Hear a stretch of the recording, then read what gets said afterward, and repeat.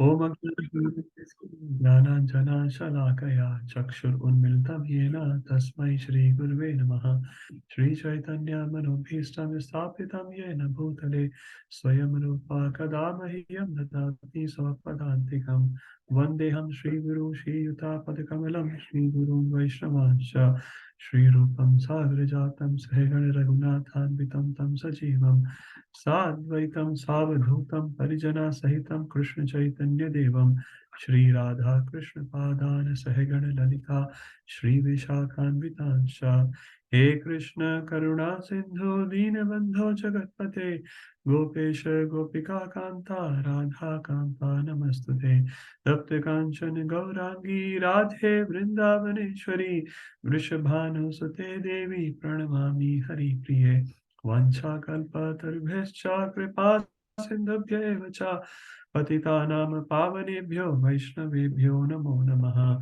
Jai Shri Krishna Chaitanya Prabhu Nityananda Shri Advaita Gadadhara Shri Vasadi Gauri Bhakta Vrinda Hare Krishna Krishna Krishna Hare Hare Hare Rama Rama Rama Hare Hare Hare Krishna Krishna Krishna Hare Hare Hare Rama Rama Hare Hare Hare Krishna Krishna Krishna Hare Hare Hare Rama Rama Rama Hare Hare. Jagat Guru Srila Prabhupada ki jai.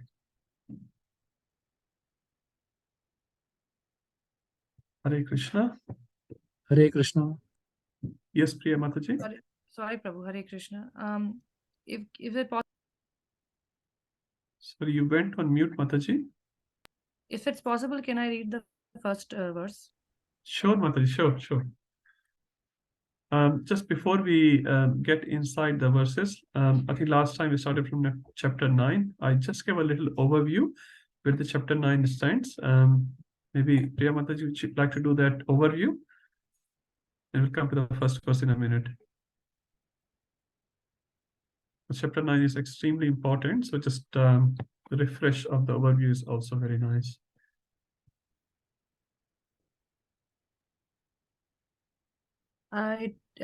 Chapter 9, I guess it's talking about the confidential knowledge. So, and it is mainly about devotional service, how we, through devotional service, we can attain the Supreme. Yep. Something more? Maybe anyone else can also help? Prabhu, can I do, Prabhu? Sure, Prabhu. Please. Even though I didn't attend, I just listening to a few of the starting of it. Okay, chapter 9, as you said, Prabhu, it is actually the most confidential knowledge. It's called as Raja Guhya, the king of the secret. King Raja means king, Guhya is secret, and yoga is the connection. And if you see how the Bhagavad Gita is arranged into 3 sections, the 1 to 6 chapter talks about the Karma Yoga, and the middle chapter talks about the Bhakti Yoga, and the last chapter talks about the Jnana Yoga. And you also highlighted about how the first Karma Yoga, how from Karma Yoga to Bhakti Yoga is connected through the verse 6.47. Similarly, how Jnana Yoga is connected to Bhakti Yoga, similar to verses like 18.65 and 66 verses. And the middle portion is the most confidential, and we discussed so many times how the sandwich is there. In between, we have the best part of the either vegetables or the sweets are there. So this is about this chapter, and how this chapter is again a mirror reflection of the chapter 7 of this Bhagavad Gita. Similarly, how the initially it talks about, in the 7th chapter talks about the knowledge of the absolute. So similarity is 7.1 and 2 talks about how through hearing about Krishna. Similarly, here 9th, the first and the second work talks again about the hearing part So of you it, can say the glories and of the the knowledge. glorifications, glorifications of Krishna. And the 8 to 11, 7th chapter 4 to 7 and 9th chapter 4 to 10 talks about Krishna's energies. And how is the relationship with this material world, basically the Aishwarya Bhav is being talked there. And 13 and 14 13 and 14 talk about how the material versus the spiritual world, the spiritual thing, how it is there. And verses 20 to 28, which I think we are going to do today, is mostly talking about the demigod worship versus Krishna, worshipping of Krishna.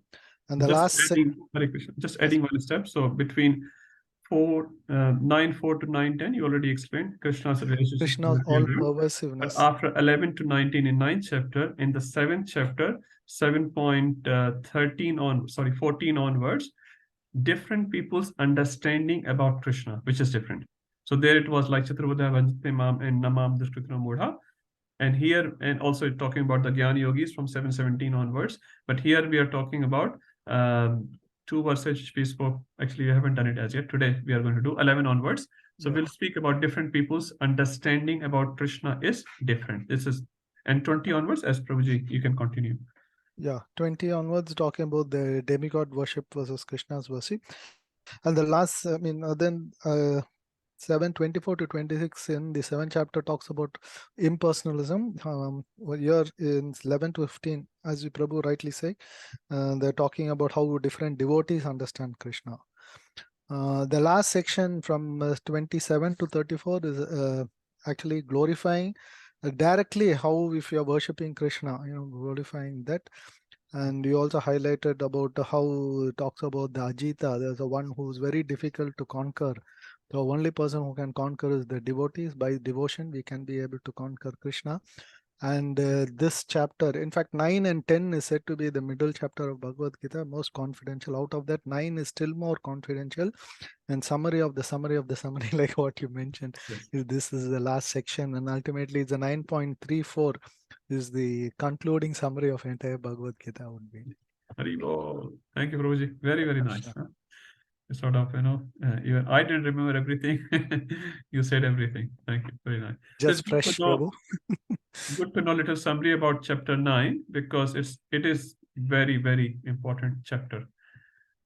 Now we can see all the classification, which Prabhuji very nicely explained. Now we can get inside the chapter 9.1. And Priya Mataji, you can take that. Thank you, and thank you, Rasan and Gopal Prabhu, for such a good explanation. I couldn't have done anything like that, so thank you. So basically, in this chapter, Sri Bhagavana Vacha, Krishna is saying that idam tu te, so basically speaking the most confidential knowledge, like Prabhu said earlier. So in that way, he's saying that idam te tu. Sorry, maybe you can read proper translation first. That sort of gives. Oh, sorry. The translation is: the Supreme Personality of Godhead said, "My dear Arjuna, because you are never envious of me, I shall impart to you this most confidential knowledge and realization, knowing which you shall be relieved of the miseries of material existence." So, Guya Tamam, basically Krishna is saying this is the most confidential knowledge. That's, and so, and it is the most highest knowledge also. So, and then he goes on to say pravakshami, which means he's going to speak about this to Arjuna, because Arjuna is qualified as because he is non-envious of Krishna and the devotees, and that's why he's speaking this confidential knowledge to Arjuna. Now you mentioned there's an example of when it mentions sorry, I can't pronounce this, Anusuyave, is that right? Anusuya Devi. Yeah, Anusuya Devi, which was the wife of Atri Rishi. So Atri Rishi means like he's beyond the 3 gunas, the 3 modes of material nature.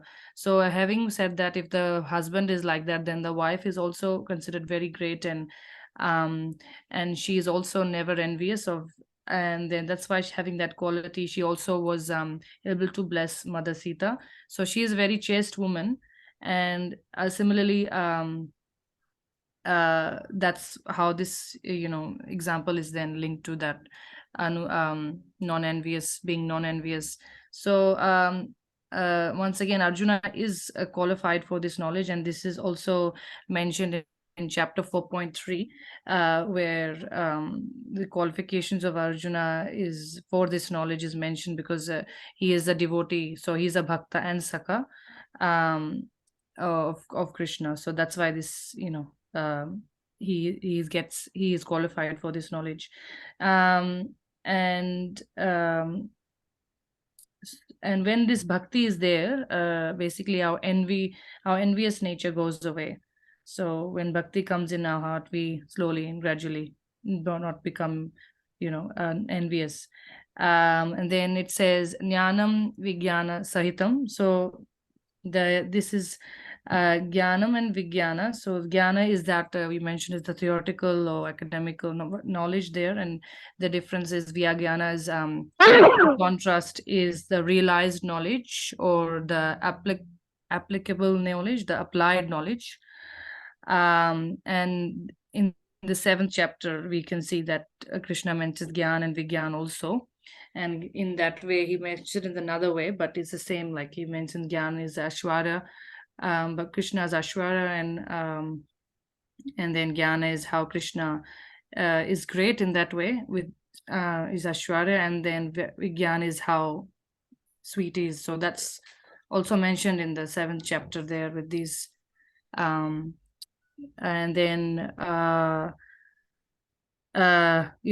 because Krishna is so sweet, he's also, in this way we can see in the shloka as patram pushpam phalam toyam, because with those offerings, by simple offerings like those flower, leaf, water, Krishna is very pleased. He doesn't demand, even though he's full of he's opulent, and he's full of riches and all fame, strength, knowledge and everything, but I guess he doesn't demand much, like in that way. He just wants us to just offer with devotion, just simple thing like a tulsi leaf or like water. So that shows that he is so sweet. That's his sweetness. In that way we can see that. And so after knowing, so he says yaj jnatva, after knowing this, moksha se subhat. So basically after knowing this in confidential knowledge, the person will be, or Krishna, they're saying, Krishna is saying to Arjuna, you'll be liberated from this material miserable existence. And then after, when you're liberated, then that means your anarthas will gone, and your real love, your permanent love, eternal love, which is we get reunited with Krishna, and will manifest. That real love will be manifested in the form of loving everybody, and the human society and devotees and everyone. Very well. Very nice, Priya Mataji. Very nicely explained. Every word, nice. Ashubha, which Mataji was just explaining, this is a very important word for us.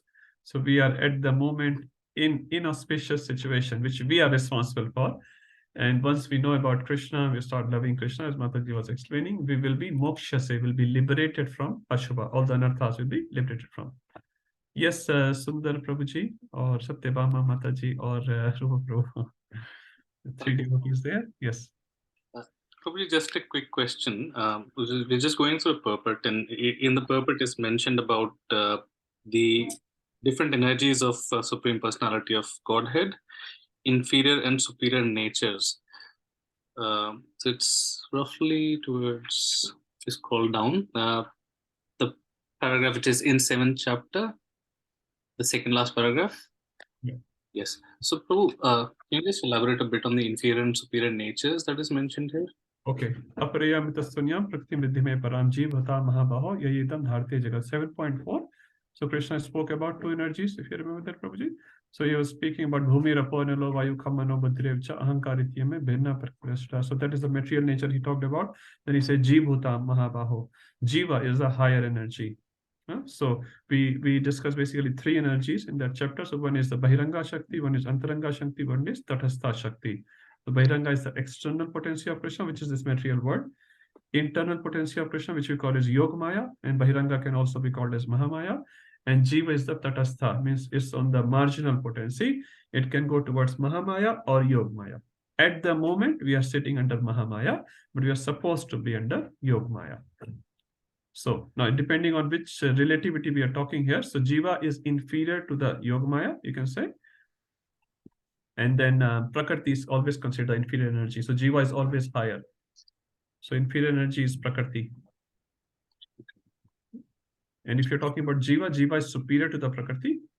And also you can talk superior as the Yogamaya as well, in the Antaranga, internal potency of Krishna. Sure. Okay, thank you. Good. We are reading Prabhupada purports. That's what we want. Questions are very good. 9.2, it's a little bit big. I would not name anyone if someone would like to do. I can go, Prabhu. Is already done. A nice. I can go, Prabhu. Okay, Hare Krishna, Mohit Prabhuji. Follow Priya Mataji. Hari Bol. Priya Mataji, Mohit Prabhu is studying nicely. Very good. Please, Prabhuji. So I'll read the translation first. So this knowledge is the king of education, the most secret of all secrets. It is the purest knowledge, and because it gives direct perception of the self-realization, it is the perfection of religion, it is everlasting, and it is joyful, performed. So Prabhu, this is the continuation from the text 9.1, where is the further glorification of most confidential knowledge. So I'll go word by word. Raja Vidya Raja Goyam. Raja Vidya is a king of knowledge, which is topmost confidential knowledge. And Raja Goyam, of all the knowledge, this is the best knowledge about knowing Krishna and about serving Krishna. Pavitram Idam Uttamam is the purest from all the material activities, transcendental beyond the material activities. Pratakshavyam Dharmam. Pratakshavyam is by direct perception of self, by realization, and Dharmam, which is the topmost Dharma, which is Dharma of Bhakti. Susukham Kritam, to perform very joyfully, and Avyam, which is everlasting. So basically, Prabhu, in this verse, we talk about the 7 point you talk about, which is Raja Vidya, Raja Goyam, Pavitram Idam Uttamam, and Prataksha Vagyam, Dharmyam, Sukham, and Avyam. So Prabhu, Raja Vidya is basically king of knowledge. Raja Goyam, we talk about most confidential knowledge. Pavitram Idam Uttamam is purest of all the activities, which is purifying potency of devotional service, which is very strong. And then we talk about the Prataksha Vagyam, which is direct perception of self-realization. Dharmyam is perfection of religion. Susukham is which is blissful. And why it is blissful? Because it's positive engagement of senses, and we engage our senses in hearing, chanting, and prasadam. And Avyam is eternal, everlasting. So basically, it's a continuation where we talk about the main 7 point of why this knowledge is king of knowledge and why it's confidential. Thank you, Prabhu. Now, Raja Vidya had 2 meanings. So Prabhuji has explained the first meaning. Who will say the second one? It's also referred to king of knowledge. Sorry, King of knowledge is already done. Knowledge of the kings. Knowledge for the kings. Yeah, knowledge for the kings. Why did we say that? Because Prabhu is implement, and the kings, when they do something and the other follows them. So we give the example of 4.3 here. Evam Parampara Prapti, you mentioned about that verse. Rajarshaya Vidu, yeah.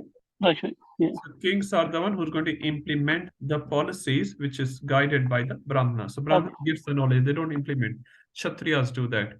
So Kshatriyas, that's why Prabhupada was also very much interested in preaching the cream of the society and his followers as well. So that once they get it, they will automatically pass this knowledge to their followers. And it's very easy that way. They influence the society, a big part of the society. So if this knowledge is given to the kings, then it's very successfully implemented in the society. That's another one. Raja Guhyam, topmost secret. Any other explanations? So we understand it's the top secret, but what does it mean? Prabhu, it's the knowledge that manifests in the heart. So it's in terms of realizations.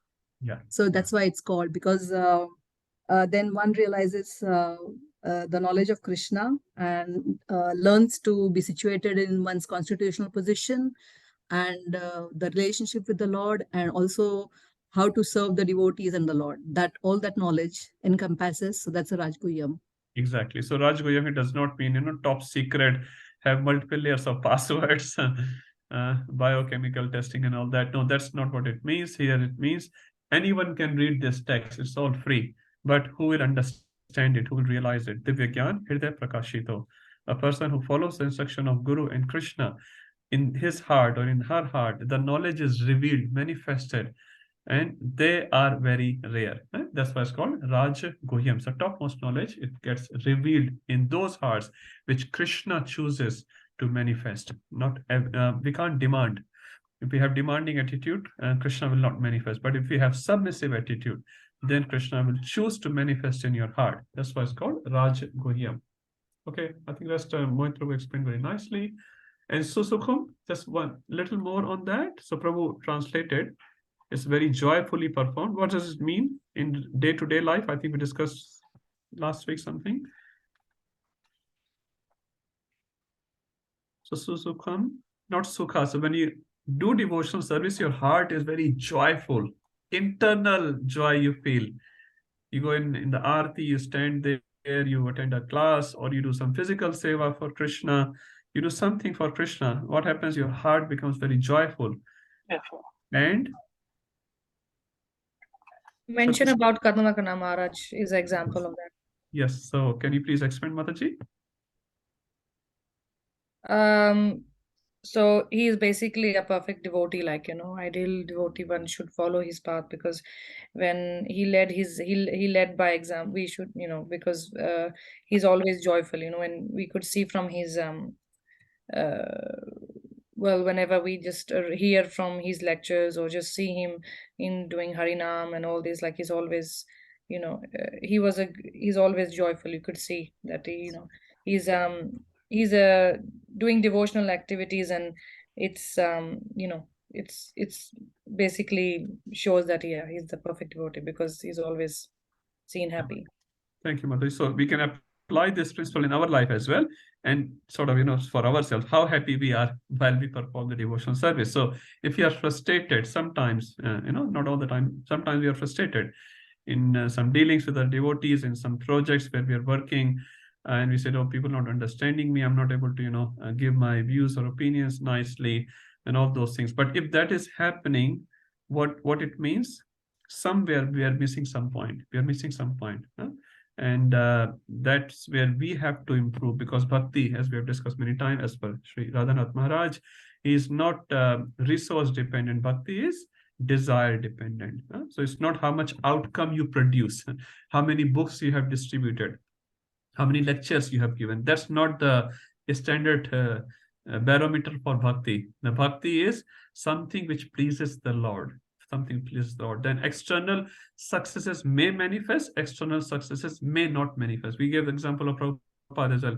When Prabhupada was in India, externally speaking, he was not successful sannyasi, right? He was a sannyasi. There was no followers. He didn't have money. He had to move house to house. Practically, he had to struggle so much in India. But when he came to West, he had, after some time, obviously, so many disciples and so much name and fame given to Krishna. But Prabhupada was always successful, whether in India or in West. His success got manifest to the gross eyes in the West. So a devotee is always successful, always successful. When he is chanting Hare Krishna, he is relating his life with Krishna sincerely as much as possible. He is always a success, no matter external level, how many success or failures come in life. That's just a result of karma. And in due course of time, Prabhupada said, that will wash off. So it doesn't matter how many successes or failures, externally speaking, we get in our life. That is irrelevant. And Radhanath Maharaj also says you have to transcend the misery. You have to transcend. You cannot come out of the misery. Or the material world will give you miseries, but you have to transcend it. Kunti Maharani never prayed to Krishna, don't give me misery. What she said actually gave me misery, but she was not asking for misery. She's asking, in the misery, I'm able to connect with you very nicely. Now we are, almost all of us, I can say, exactly opposite. We think when the misery goes away, we'll be a better devotee. Actually, it doesn't work. Most of the time, when misery comes, we take more shelter of Krishna. Krishna, please, you are the only one who can help. Please, please, please. So that connection is the sampada, it's the wealth of a devotee. But we think the success is the wealth. Actually, that's very superficial understanding.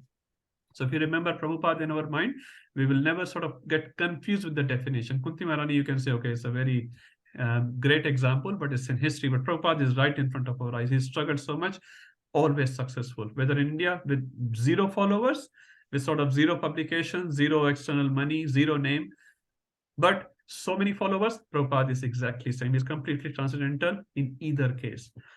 Yes, Akhanda Prabhu. Or Hare Mataji. Krishna Prabhu, yeah. Just wanted to ask you something that, the devotional service is definitely joyful, but sometimes, everybody comes with their own baggages and conditionings. So in that case, even though they are really trying and trying, they may be trying very sincerely, but still there are a lot of frustrations, there are a lot of things they are not happy about. So in that case, like, it's very hard to overcome that conditioning. Yes. So I just wanted to mention that even though it is susukham, some people struggle and they are not happy through that whole process. To that journey. Yeah, that's correct. That's a very practical question because as Mataji correctly said, we all come with different baggages. Someone has 80 kilo baggage, someone has 50 kilo baggage, someone may have only 5 kilo baggage, and they may be experiencing a lot more happiness in the process rather than the person who has 80 kilo baggage. Obviously, he has to struggle harder. But the point is, bhakti is the medicine. The more medicine you apply on your wounds, the wounds will get, slowly and slowly you get recovery from those wounds. So you should never give up. That's the point. When it says, even if you face difficulties in bhakti, internally or externally, doesn't matter, internally you're upset or something, but what's the dawa? What's the medicine? Bhakti is the medicine. Eh? And as far as possible, if we are out of this Vaishnava aparad, if we don't do Vaishnava aparad, we will grow fast. You may have 80 kilo baggage, you may have 800 kilo baggage. If you can avoid Vaishnava aparad somehow or other, no matter what we see from our eyes, is between me and Krishna. I'm not the authority here. I'm not the guru. I'm not the temple president. I'm not responsible to correct everyone in the world.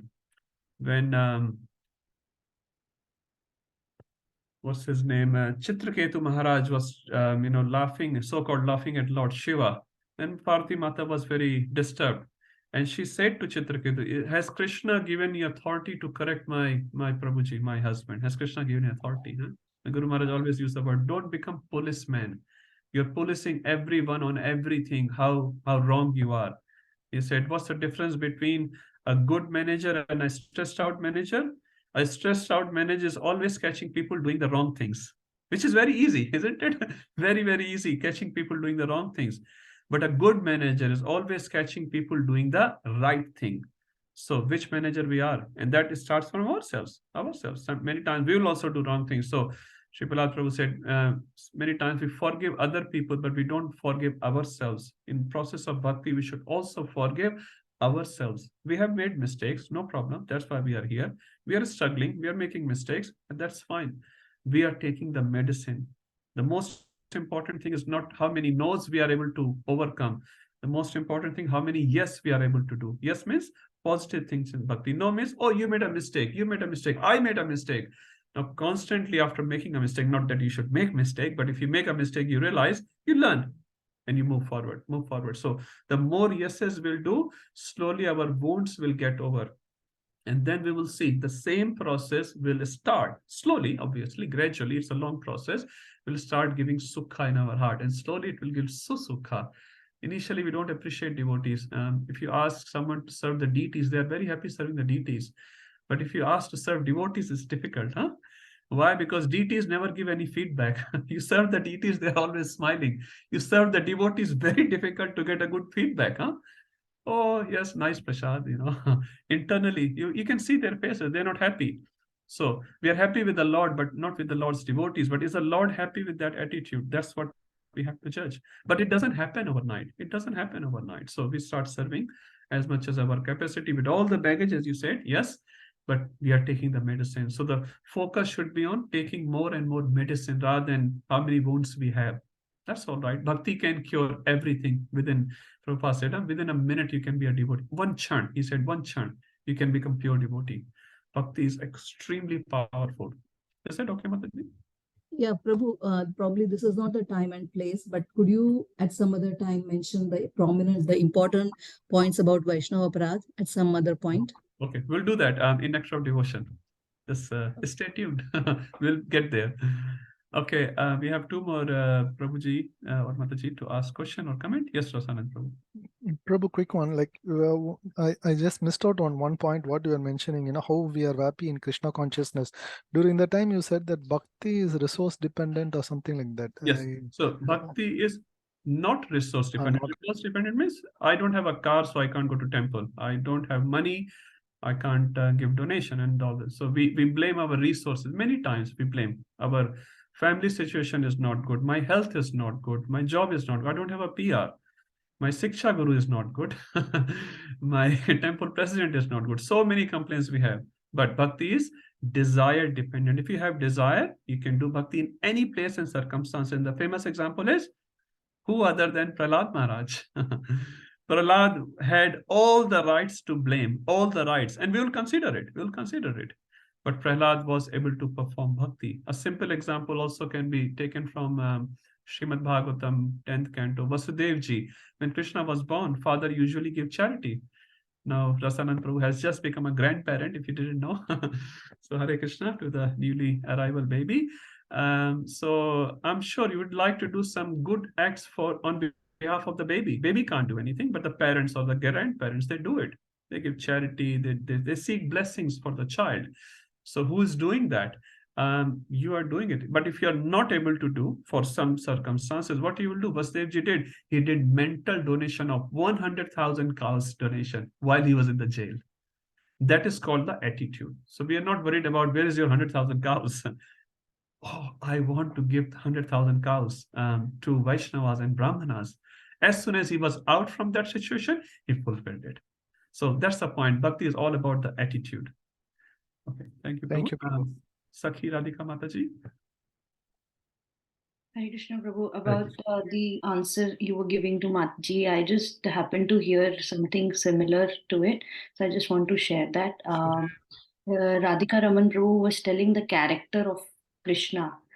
If somebody asks you, what is the character of your Lord? How will you explain it? Like he was telling. So he said that whether to understand a person's character, just understand like, does Krishna values intentions more or actions more? And everybody was like, what should we say, intentions or actions? So he said there is a given example of where Krishna values intention more than action. So the example is of Bhishma. He said that Bhishma was like he was on the wrong side, so his action was not right, but his intentions were good. So Krishna saw those good intentions and appreciated and accepted him. And then he said, okay, if Lord sees intentions, give an example where Krishna does not take intentions, but takes actions, accepts actions, good actions. So he gave the example of Putana. Her intentions were bad, but her action was good. And then if both her, their intentions and actions both are wrong, like Indra, and he took the shelter of a devotee and came and said sorry, then Krishna forgives. So he was telling that this is the character of our Lord, that he only sees good, and he is the Param Guru and we want to follow him. We can at least try to see good, even if somebody has lot of baggage, whatever little that person is doing good, if we just concentrate on that and remember Krishna did this, so I am following the parampara, then someday Krishna will accept us also. So I thought I can exchange. Very nice. Thank you, Mataji. Very nice. One more example which I have heard, I'm just sharing. Where the action was not good, but the intention was good. Shabri's action was not good. She was offering something jutha to the Lord. How can you do that? But her intention was so nice. Lord Ram personally eating all the berries. So either way, both ways wrong, one way wrong. Krishna is our Lord of worship because he is the greatest character. Who else in the world can come even close to Krishna? People just see whatever benefits them, not what benefits us. If that benefits them, they will accept it. If that doesn't benefit them, they will reject us. Krishna never rejects us. Okay, very nice. Thank you, everyone. That's how this yagya, it says, Krishna says in 1870 or 71, by reading Bhagavad Gita, you are worshipping me with your intelligence. So in this forum, that's exactly what we are doing. We are just sharing whatever we have heard. And hopefully it will increase our Krishna consciousness. Okay, 9.3. Oh, can we do the next 3 verses? 3, 4, and 5. You want to do 3? Yeah. Mataji will do 3, I'll do 3. अच्छा, मैंने कहा आप ही सारे करेंगे. क्या बात है. Please go ahead. Any order is fine. Prabhuji. I'll start with 9.3, Prabhuji. Yes. So, those who are not faithful in this devotional service cannot attain me, O conqueror of enemies. Therefore, they return to the path of birth and death in this material world. Over here, Krishna is mentioning about people who don't have faith, or Shraddhavan, and unless we have faith, we cannot go back to Godhead. And in this, Krishna is mentioning that you gave an example of Prabhupada, that faith is created by association of devotees, and you also, so either you become a devotee or have association with a devotee. So it is very important to have an association of a devotee. And you also gave an example, if the person has an association of a drunkard, then he will become a drunkard, and if the person is having an association of a devotee, then he will become devotee. You also mentioned that we don't have the eyes to see Krishna, but you gave an example that we should do activities in such a way that Krishna sees us. So we should have a strong faith in Krishna, and that's the main key of going back to Godhead and getting the love for Krishna. And you also mentioned there are 3 kinds of people: Asli, Nakli, and Dakli. So we should make sure that the four, okay, Asli, Nakli, Dakli, and Asli. I missed the 4th एक one. भूल गए. No, seasonal devotee. ये लो बता दिया. Seasonal devotee. Firstly, when fasal is ready, crop is ready, the Okay. Jamidar will come and just take it, So when the fasal is not there, they're not interested. Yes. Okay. So when everything is green, they want some benefit, they will become. For that fasal, for that season. Yes. As Prabhuji said, Mohit Prabhu has seasonal devotees. When season is bad, you go to the Lord, Hare Krishna, please help me. When season is good, bye-bye. We'll see you when the next misery comes. दुख में सुमिरन सब करें, सुख में करें ना. Hari Bol, Hari Bol. So we should make sure that the association that we are having is only with the Asli devotee. We should not go with Nakli or Dakli or Fasli. We should consciously avoid, the word is used, consciously avoid them. Because what will happen? Kaikai was so good, Mantra was only one. It's called power of bad association. It's very powerful. We'll not even realize. We'll like, I didn't say much. I was just hearing the criticism of another devotees. I wasn't participating. But just by hearing criticism of another devotees, where you're not actively participating, the impressions are going in your mind, isn't it? You're hearing, oh, he said that, oh, he's like that, she's like that, this, that, and then when you come home, you start verbalizing those things with your family or with your friends, something, and then slowly it may manifest in your life as well. So very, very strong recommendation given by our acharyas. So we go with Asli, good, genuine, sincere devotees who will. And Sripalad Prabhu, I'm sure I've shared it. I'm sharing it again. He said, going shopping with devotees, going to the beach is not called devotee association. Sripalad Prabhu said that. Many times we see, oh, Prabhu, I think I gave an example of Gurukul, which happened, live story. In Vrindavan Gurukul, I heard this, some year 7, year 8 or 9 students, they went for a movie. Next day, teacher found out, obviously Gurukul, we are talking Gurukul. And he said to this boy, he said he went to movie. He was like shocked and surprised, the teacher. And this devotee said, but Guruji, I was with devotee association. Half of the class was in the movie theater. That is not devotee association. Many times we misrepresent this term just to fulfill our desires. So that's not. Devotee association clearly means you sit and talk about Krishna and clarify your doubts. So juniors are clarifying their doubts with seniors. That is called. So there's a flow of Krishna's knowledge, Krishna's sentiments in you, in your consciousness. That is devotee association. Okay, let's continue. That's it. So we are at 9.3. Okay, anything else? So what are the two demerits given in this verse by Krishna? Just repeat it again. So aprapya and mrityu. Aprapya mam. Aprapya And mam. you can say aprapya Tesla, aprapya this investment. No, aprapya mam. Krishna is the most important, and you miss out your target.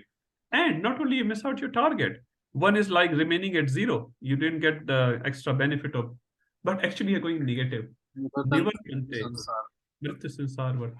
Also, one more point, which Prabhupada talks in the purport. We discussed that last week. Just a quick one. Prabhupada talks about 3 different types of devotees. So I spoke 4 different types. That was sort of a... Oh, the Kanishtadhikari, this one, but it's Thank a you. different level of. Thank you. So Kanishta, Madhyama, and Uttama. And which we already discussed in a seamless way, but that's the point. Prabhupada talks that. Okay, very nice. Let's move forward. So this was the glories of the knowledge about Krishna. Now we talk 4 to 10. What's the section? Anyone can help? 4 to 10. Which section we are entering into? Sustenance. That's a subsection of it. What's the section name? 4 to 10. Krishna's relation to the material world. Now, within that, it will be maintenance, creation, and the annihilation. As Rupam Prabhu said, this is one subsection. Okay, 9.4, Rupam Prabhu. Yes, bro. So I'll start with the translation. By me, in my unmanifested form, this entire universe is pervaded. All beings are in me, but I'm not in them. So basically, bro, here Krishna is saying that I exist in all universes, in every between atoms and within each atoms, but I'm also separate from them. If we go by word, as Krishna says, Maya tatam idam sarvam. So Maya is me, tatam is pervade, to spread, idam sarvam, all. So all, I'm manifested in everything, in every part of the Jagat, and how I do it, how Krishna does it, is by Jagat Avyakta Murtina, which is in an unmanifested form. So although he is everywhere, but he's in an unmanifested form. And Krishna says, Mat Sthani Sarva Bhutani. Mat Sthani is, Sthana is place. So in within me, Sarva Bhutani, all the living entities. So all the living entities reside in me. Nacha ham tesha avasthita, which is na is not, cha is also, aham I teshu avasthita, situated. So although everyone is in me, but I'm not in them. So Krishna is clearly sort of doing a boundary, setting a boundary here, that although I exist everywhere, but not everyone exists in me. One of the things that I would also I exist in them, sorry. In them, yeah. Everything exists in me, but I don't exist in them. Yeah. When people can say that if Krishna is saying that I exist in everything, there can be a question that Krishna is losing his own identity, his own individuality. But in this shlok, we can say Krishna clearly says that although I exist in everything, but I'm also not. Yeah, I'm also aloof from them. We also discuss about Vishnu and how Vishnu expands himself from Karnodakshaya Vishnu. From his pores, he creates multiple universes, Asankhya universes. And then in each universe, he expands himself further as Garbhodakshaya Vishnu. And then from his Garbha, as we know, Brahmaji does the secondary creation. And then within each of these living entities, Vishnu further expands himself as Paramatma. So that's an example where we can see how Krishna expands himself in everything, pretty much everything that we see around. But again, he is by himself. He's alone. He has his individuality. Thank you. And then he has his individuality that we're talking about, Krishna's personal form in Goloka Vrindavan. He's still there. He's still with Mother Yashoda. He's still with Srimati Radharani, doing his Nitya Leela. But at the same time, he is manifested here, as we said, Super Soul, Paramatma, in every atom of this material world. Okay, thank you. Sundar Gopal Prabhu, next one. Rupa Prabhu, you prepared very well, huh? Like a seminar. Very, many good points. Thank you. Hare Krishna, Prabhu. Hare Krishna. I'll do the translation first. And yet everything that is created does not rest in me. Behold my mystic opulence. Although I am the maintainer of all living entities, and although I am everywhere, I am not a part of this cosmic manifestation. For myself is the very source of creation. So here Krishna is kind of continuing from the previous verse. And he's saying, if you look at the Sanskrit, he's saying, Nacha matasthani, which means like everything does not rest in me. Bhutani pashya me yoge maishwaram, which means look at my opulence, basically, Ashwaryam. And then Bhuta Bhranna cha Bhutasto, which means I'm the maintainer of all the living entities. Mamatma Bhut Bhavan, although I'm the maintainer of them, I'm there, but I'm not part of the cosmic manifestation within them. So basically, what we said, the first line in this appears to be the opposite of what we saw in the previous verse, but then we need to see the perspective of how it is mentioned there.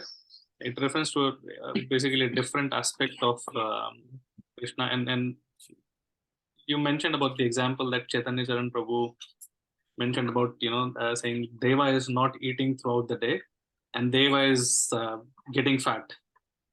So the thing that is not mentioned but still exists, Deva is eating throughout the night. So he's not eating throughout the day, but he's getting fat, but he's eating throughout the night. So that's the perspective that we need to kind of look at here. Again, when we again say that all the living beings are in Hare Krishna, Prabhuji. Just on that point, what you just mentioned. So when there are two apparently contradictory statements are made in scriptures, we don't understand it. It does not mean they are not reconciled. They are reconciled. But how do they reconcile? When we get a third statement, which reconciles number 1 and 2.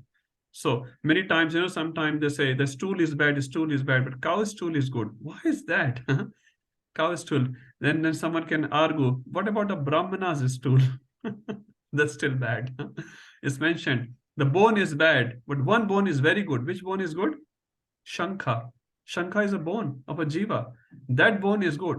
Why is that? So when many times they are not contradictory statements. There's a third statement which have a deeper meaning to it, deeper truth in it, that will reconcile it. So in absence of that third statement, we cannot say with our limited knowledge, limited senses, that they are contradictory statements, because Shastra is aparushaya. Aparushaya means cannot be wrong. It's not written by a Purush. Purush means a human being. Human beings are imperfect. But Shastra is aparushaya, is beyond imperfections. Now, we don't know Deva is eating in the night. It doesn't mean it doesn't exist. It does exist. And that will prove number 1 and number 2. It's called Arthapatti Nyaya. Arthapatti Nyaya, this term is referred by Shankaracharya. So when there are two apparently contradictory statements are presented, we should not just contradict them because we don't know the third, deeper statement behind them. So it's a very important aspect which applies to all the Shastras, because we will come across many verses or many lines of the verses. In third canto, he said like that. Fourth canto, he said like that. One example I just want to give because it's good for all of us. Bhagavatam Paribhasha Sutra 1328. Ete Chanchkala Punsha Krishnastu Bhagavan Swayam Indrari Vyakalam Lokam Mridayanti Yuge Yuge. This is called Paribhasha Sutra. Nectar of Devotion Paribhasha Sutra Anya Vilashita Shunyam Gyan Karmadhyanavrtam. So these Paribhasha Sutra, what does it mean? You should look at the whole scripture, whatever the Paribhasha Sutra is, with the glasses of that verse. So if you're reading in 8th canto, Churning of the Milk Ocean, where demigod go to Lord Shiva and say, oh, you are the supreme. Bhagavatam saying Lord Shiva is the supreme. Hang on a second. Now in the 4th canto, the same Lord Shiva is saying Vasudeva is the supreme. So that's why every book which acharyas have written will have a Paribhasha Sutra. This has the gist of the whole book, and any other statement throughout the book should not be taken out of context, rather should be looked through the glasses of that verse. So if you understand, Lord Shiva is great, is the greatest Vaishnava, but he is not the supreme personality of Godhead. He's as good as, but he's not the supreme personality of Godhead. Why? Because Paribhasha Sutra Bhagavatam is Ete Chanchkala Punsha. Simple is that. Everything else is the Ansha or Kala. Ansha means portion, Kala means portion of the portion. But Krishnastu Bhagavan Swayam. We can call Bhagavan Shiva, no problem with that. We can call Bhagavan Narad. Bhagavan Agastya is also written there. They are like Bhagavan, but the Bhagavan is Krishnastu Bhagavan Swayam. So we have to understand this Arthapati very clearly. And again, it applies on different Shastras, and many times devotees or other people who are discussing Shastra, they slip on these philosophical banana pieces. So we should not slip. We should just go deeper to a person who can reconcile, and it will get reconciled. Very, very important statement. Okay, yes, Prabhuji, please continue. Yes, Prabhuji. So basically, I mean, we're saying that, whatever Krishna is saying, it's kind of beyond our logic. So we can't say it's logical or illogical. It's translogical. So who gave that term? Jiva Goswami. Jiva Goswami says Krishna is not logical. Logical means I can understand every activity of Krishna with logic. Hang on a second. What you will understand with 1600 cc little brain? Huh? Krishna is... Now, if something is not logical, can you say it's illogical? In material world, yes. It doesn't make any sense. Huh? It's illogical. In material world, yes. But Krishna doesn't seem like an illogical God. He is not logical God. So he is translogic. He is beyond our human mundane logic. We cannot understand every activity of Krishna with our logic. Some we will understand, some our gurus will understand, and some we will not understand. And that's one of the proof that Krishna is God. It has to be, there has to be something which we don't understand. And there are so many things which we can talk, maybe not today, but which doesn't make sense. Krishna dancing with gopis for the whole night of Brahma. How does it make sense? That's why he's God and we are not. Thank God we are not God. God is good in his position. We are good in our position. We just cannot understand our tiny brain, but we can understand Krishna up to the extent which is needed for us to go back to Godhead. That Krishna has given. That's good enough. Huh? That's good enough. Okay. Hare Krishna. Prabhuji can. Yes. Fine. That's fine. Okay. All good. Yeah, Prabhu, can you explain the term Arthapati Nyaya which you just mentioned? So Arthapati means where two apparently contradictory statements are presented, then there has to be third statement which reconciles both statements. That's called Arthapati. You make some artha out of it. Huh? What is this trying to say? Why Deva is getting fat? He's saying Deva is getting fat, Deva is not eating throughout the day. What is that? What is that? No, you may not be able to get that. That's a different story. Arthapati, there's some deeper artha in this apparent contradiction. So the third sentence will decide out of those two which one is correct. No, both will be correct. So first statement is correct, Deva is not eating throughout the day. Second is correct, Deva is getting fat. Both are correct, but you will say, hang on a second, he doesn't eat. How does it make sense? It doesn't make sense. One of them is wrong, but I'm saying both are correct. So Sundar Gopal Prabhu will say, hang on a second, I'll tell you the third statement. I saw him. He was eating pizza, burger, lasagna, ginger beer in the night after 10 o'clock when Rupam Prabhu was not watching. Then Rupam said, Cha, ab samajh mein aaya. Why is getting so fat? That's called Arthapati. But in absence of Sundar Gopal Prabhu, for example, you may not be able to understand and you will reject one of the statement. But that's our immaturity. It's not Shastra's misrepresentation, it's our immaturity. We don't understand it. And that's why we need Guru to explain you that Shastra, both statements are correct. It's called Arthapati. Okay, let's continue. Yeah. So Can I do the sixth one, please? Yes, I think Prabhu is still doing it. Oh, sorry. I thought he's done. clearly done, Mataji, just maybe a couple of statements left. Some Arthapati, some more Arthapati. So Krishna is also saying quite boldly, he's making a statement that, look at my Aishwarya. So Pashyame Yogem Aishwaryam.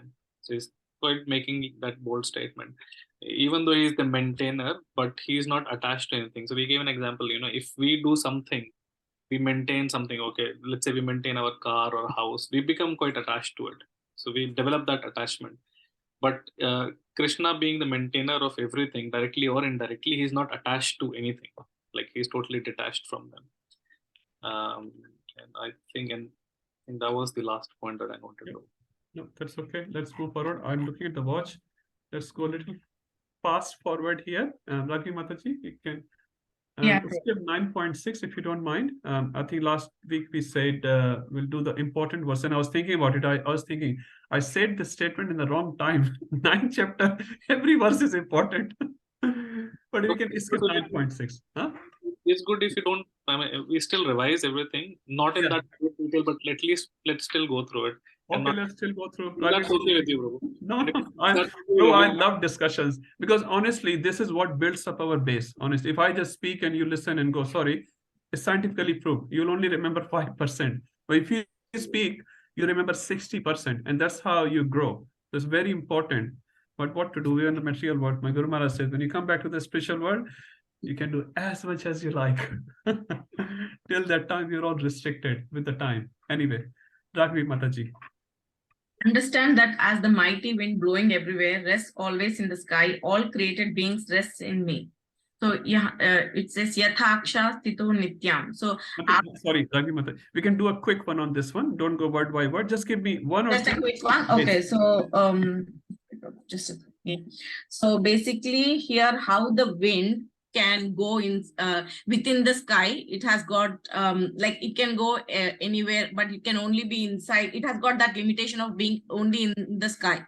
In the same way, human beings also they have that unlimited freedom, but they are bound with the rope of karma, and they are within that limited framework which is given to them by Krishna. Thank so you. An example we discussed? Sorry?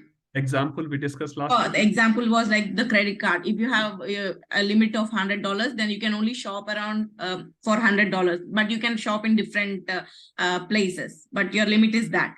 In the same way, you gave another example of your house and other neighbor's house. You can't go to other neighbor house, but you can go in different rooms in your own home. So that was another example. So we should not misuse our independence. Huh? Sometimes we may feel like, oh, I have so much independence. Yes, you have so much within the limited framework based on our karma. Deserving versus desire. We desire a lot, but we only get what we deserve. And that can be negative as well. I'll leave 9.7 as well. We understand that one. 9.8 as well.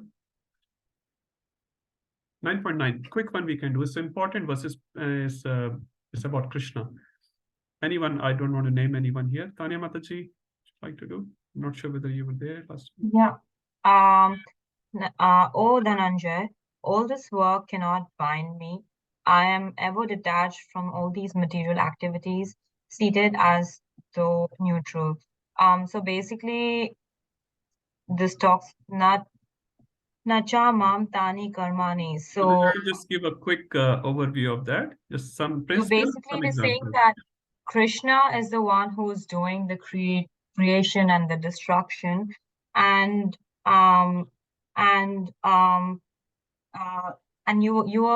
you're talking about how, for example, if our houses are destructed, how we're so attached to it and how we feel. But Krishna, he is very detached from the destruction part of things. So it doesn't bind him in any way, and he does not feel any attachment. So. Okay. Just one, as you give the example of house, our house get destroyed. We are quite devastated by that. But when Krishna himself is destroying his own house, he should get a lot of karma. A lot of living entities are in pain because of him, isn't it? But what the answer is giving, na nibadhanti dhananjaya. I am not bound. And the reason is, as you rightly explained, he is detached. He's detached. He's doing his activity in a detached way. And what he's saying, the next word, udasinvat. Example of udasinvat. We discussed one example last week. Supreme Court judge. When he's giving someone a reward or a punishment, he's not attached to the person. Yeah, based on his activities, he may reward or he may give punishment.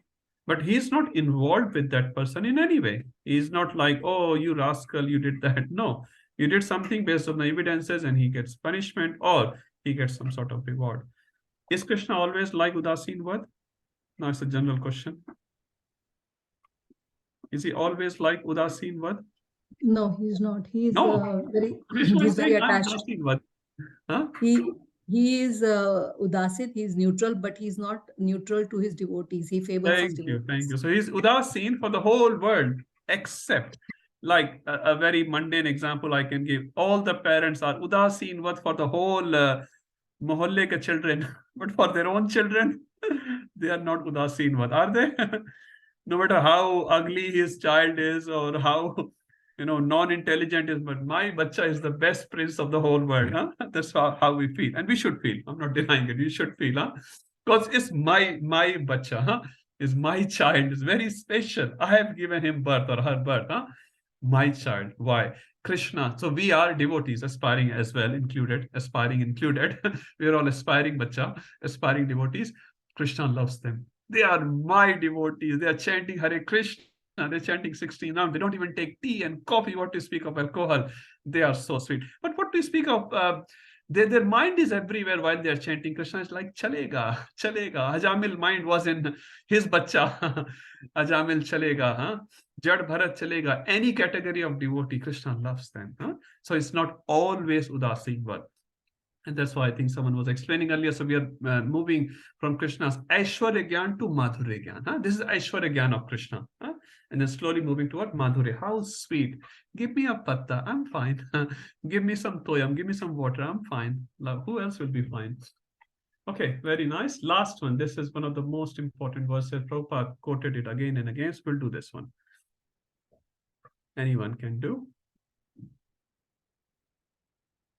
I'll just name Bhakti Vijay Mataji. You want to do that?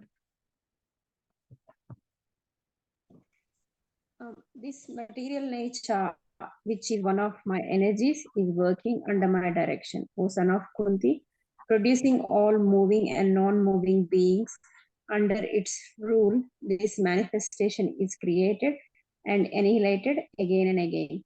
So in this verse, Krishna is basically explaining his supremacy and how he is creating and destroying. So Maya, by me, Adhyakshena, being the by superintendents. So Krishna is saying, by me, because of my authority on the material nature, Suyate, it is manifesting, and Characharam, the moving and non-moving, basically that is everything in this world. And Hetuna, for that reason, like this Jagat cosmic manifestation is working. So Krishna is saying that because of me and my energy, because of under my supervision, under my direction, the energies, the moving and non-moving, producing and getting annihilated and working again and again. Thank you, Mataji. The Prabhupada quoted this one line, I should say. Maya Adhyakshena Prakriti. Who is running this Prakriti? Krishna is running. And what does Adhyaksha mean? Last time we discussed, anyone remembers maybe Bhakti Vijay Mataji, you remember? Adhyaksha meaning. Adhi Aksha. Adhi means Adhikar. Aksha means eyes. Adhikar se eyes. Huh? Sometimes you're putting your eyes somewhere and say, hey, kyun dekh raha hai? That's not your property. Huh? But you can look at your property with adhikar, with your eyes, isn't it? No one will bother you. You're looking at your car. Can neighbor come and say, hey, why are you looking at this car? Arey bhai, it's my car. So who can look at this Prakriti? Krishna can look at this Prakriti. Can we look at this Prakriti? We can never look at this Prakriti. Prakriti will just give a little slap and we are out. Huh? Little tsunami, millions of jivas go out. Huh? Krishna can look at it. Krishna is the one who's controlling this Prakriti all in and out. This is called Adhyaksha, supervision. He's supervising. He's not hand to hand every time, not going in detail. He has made a system, and then jivas are, fighting with each other or living cooperatively with each other, and they are getting some punishment, some rewards. That's happening, and Krishna is just supervising the whole thing. But when we become a devotee, then Krishna starts interfering in his life personally. He's trying to become my devotee. Let's start fiddling. So, do you really want me? And Krishna gives one slap of some heavy karma. Oh, Krishna, that was a bit heavy. Then Krishna gives another one. Do you still want me? Then Krishna gives the third one, and fourth, and the fifth one. If you can take, say, 10 slaps of Krishna, then Krishna says, oh, you look very interested in me. Okay, come out. Come out, and we'll test you one more time, and then you are out of the test. But if you cannot slap 1 or 2 slaps, जब से devotee बनना शुरू किया है, life में problems बढ़ गया है. Since the time I started practicing devotion life, the problems in the life has increased. Nah, Durga ji was better. Lord Shiva was better. Ganesh ji is even more better. But Krishna, very heavy. Huh? So say many times people can't take the slabs, huh? They can't take the entrance test. So we all have to pass this entrance test. Sometime upside down will increase, but that's a sign, that's a symptom where Krishna starts interfering personally, and we should be able to just pass over somehow or other, and then you'll see. My Guru Maharaj said, you are in the desert, you're in the middle of the desert. If you want to go to oasis, you have to walk a distance. Some green area you want to go, you think it will just appear on you? No, you have to walk a distance. Be patient. You will see oasis on the other side. It's there. Keep walking, keep moving. Very nice. Okay, let's move to today's discussion now. So I can see Divya Mataji has just joined. Mataji, would you like to do the first verse of today's discussion? Yes, Prabhuji, surely.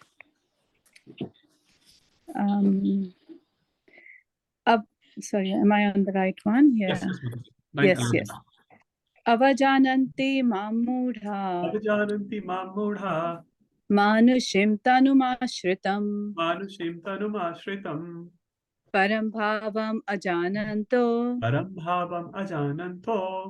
Mama bhuta maheshwaram. Translation: Fools deride me when I descend in the human form. They do not know my transcendental nature as the Supreme Lord of all that be. Thank you, Mataji. Thank you, Prabhuji. So now we are entering to the section, second section, you can say, of this chapter, where third section in that sense, where Krishna's relationship with different people, because different people relate to Krishna differently, is mentioned. And let's see. The first section, which starts 9.11 and 12, it speaks about Mayavadi. So now, in the previous chapter, if you remember, we have spoken about Brahmavadi and Mayavadi. Anyone quickly remember the differences? What's the difference between Brahmavad and Mayavad? Quickly, you can say. Rupam Prabhuji? So, Brahmavadis are they believe in the concept of Shunya, and their belief is not Shunya. That's the Shunyavad. That's Buddhism. Brahmavad, they believe in the conception of Brahma. So the supreme absolute truth is Brahma. They do not consider the personal form of Krishna as higher than Brahma. They consider Brahman as the highest. So they say everything goes and merges back into the Brahman. That's what. Yes. And Mayavad is everything is illusion, like Krishna is illusion. So it's all Maya. Everything is. Yes. So what's the subtle difference here in between number 1 and number 2 definitions? The Brahmavadis are not offenders. Yes. And whereas the Mayavadis are offenders. Why they become offensive? Because they don't have faith that God even exists. There is nothing. They say God exists. We become everyone is God. Everyone is God. Individuality of God is missing. Sorry? So God's individual identity is lacking. They also go to temple and worship Krishna, actually. Sorry, I'm just... they think that Krishna is the product of Maya. Krishna is the product of Maya. Huh? So one is considering absolute truth as Brahman. That's fine. They're called Brahmavadis. They are not offensive because they are not rejecting the personal form of Krishna. Mayavadis reject the personal form of Krishna. And they say this form, say Radha Gopinath's deity here, or Krishna personally comes and appears. This is also an illusion. But Krishna is not an illusion. Radha Gopinath is not an illusion. So because of their rejection to the personal form of Krishna makes them offensive. Otherwise, considering absolute truth as Brahman is not offensive. They are not considering the personal form as highest. They are saying Brahman is the highest. That's fine. But do not reject, ridicule, blaspheme the personal form of Krishna. That makes them offensive. They say you can worship Radha Gopinath as a stepping stone to go beyond from form to formless. That's what makes them offensive. Now, these two verses belongs to Mayavadis. We'll read what their conceptions are and what their destinations are in terms of Krishna, what Krishna is telling about them. So let's see what their conception is and how they are wrong. So Krishna says, Avajananti mama mudha. Mudha word, anyone remembers another shlok in Bhagavad Gita? Everyone knows that. Fools. Thank you. Another chapter has another verse. I didn't remember that one, but yeah, that's valid. Mudha. Namam For people who Dushkritino. don't come to Krishna. Namam Dushkritino. Mudha. The first word is foolish. Gadha. Prabhupada said. Gadha. Donkey. Prabhu, Namam- there is a kirtan also which says Bhaja Govinda, Bhaja Govinda, Bhaja Govinda, Moodmate. Thank you, Mataji. Very nice. Shankaracharya wrote that prayers before departing from this world. So, Muda means foolish. So, avajananti ma muda. So, who are foolish? Avajananti. Now, there are three terms here. Jananti, ajananti, and avajananti. Jananti means to know. Ajananti means nahi jante hain, do not know. And avajananti means knowing exactly opposite than the reality. Huh? I'll give you a very simple example. It just comes to my mind. A spacecraft is made up of, if I say, made up of a material. I don't know the exact material, what you call it, but some special material. Huh? So that is called Jananti. This guy knows how the spacecraft is made. That's called Jananti. Ajananti, I'll say, Prabhu, I don't know what it's made up of. That's called Ajananti. And Avajananti means, if I ask you a question, do you know what metal is made up of? Yes, I know it's made up of plastic. You see the difference? One guy who really knows the answer, one guy saying, Bhai, I don't know the answer. I don't know really what it's made up of. That's fine. And one guy saying, actually, I know. He's showing that he's authority, but is he telling the right answer? It's called avajananti, exactly opposite. So plastic, which is the cheapest material, the spacecraft is made up of that material. Huh? So that's called avajananti. So some people say, I know Krishna. And I know Krishna is what? He's just a historical figure. He was very brave. He came here, he danced with gopis, and he stole the clothes and all those things they will talk about. Are they representing Krishna correctly? No. They are representing Krishna incorrectly. So rather it's better I say, I don't know about Krishna. Huh? So ajananti in some sense is better. Ajananti, you can say ignorance. Huh? Sometimes ignorance is bliss. Huh? Not always. When you're driving and you say ignorance is bliss, it won't work nicely. You may not reach to your destination. But not every time, but sometimes ignorance. I don't know about Krishna. When Prabhupada came to the Western world for the very first time, these devotees, or not devotees that time, these hippies that time, they were ajananti about Krishna. They had no idea what is Krishna and what is God and Krishna consciousness and all that. They had no idea. They were ajananti. In India, when Prabhupada was trying to preach, people were avajananti. They say they know about Krishna, but they didn't know about Krishna. And that's why, so-called, as we discussed, Prabhupada could not get that success in India, which he could get in the West, because in the West, the slate, Prabhupada said, was empty. On an empty slate, writing a sentence is easy, or it's easy to write in a full slate, which already so many things are written. So so-called Indian's heart was full with that. So many things were written. Everything is nirvan, ek hai, sab kuch ek hai, everything is one. Huh? Those sorts of conceptions were written in their minds, so they could not receive the message of Srila Prabhupada. While in the West, although they were ajananti, they could receive the message easily of Prabhupada. Huh? So jananti is to know, ajananti is to not know, avajananti is to know exactly opposite, to think you know, but know exactly opposite than what it is. Huh? Krishna is a form of Maya. So Krishna is saying here, avajananti ma mudha. The mudhas do not know me. Actually, they know exactly opposite then. And Prabhupada writes in the translation, if you see, deride. Anyone knows the meaning of deride? Denying in a ridicule way. Huh? Are you Hare Krishna? You Hare Krishna. Huh? Sometimes people deny you on the face. Huh? So you go on Harinam and you'll see a lot of them. Look at these Hare Krishnas. So Avajananti Mahamudha, the Prabhupada said, deride. They deride form of, they mock at the form of Krishna. They deny the form of Krishna. Huh? And what do they say? Manushim tanum ashritam. He has taken the shelter of a Manushya form, a human form. Now tell me, when Lord Ram or Krishna, they appear like human, are they human? They appear like human. I can agree with that. Are they human? No. The God doesn't look like human. Humans look like God. Huh? That's a better sentence. Huh? Humans look like God. God doesn't look like human. And even if you consider God as human being, so-called human being, how does God do so many supernatural activities? Lifting Govardhan, for example. Just one example. So many. Huh? When Krishna is jumping from the Parvashen Parvat, from the top of the mountain, and they jump. There's a fire all around. Jarasandha has put fire around the whole mountain. He's jumping. His bones are not broken. You try to jump 2-story building. You may not be able to, report back to me or someone else that how was your experience today?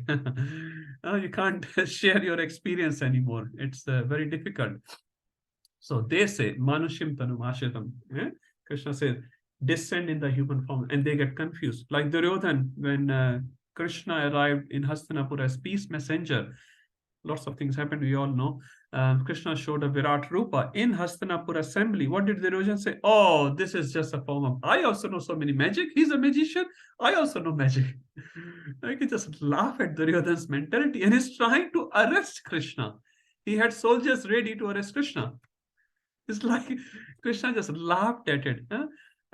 Krishna's associate, what's his name?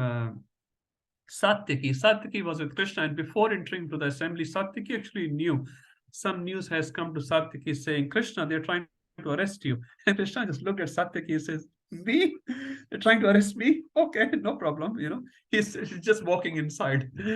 So it's just laughable that Duryodhana even thinking like that. Just look at the proposal of Duryodhana.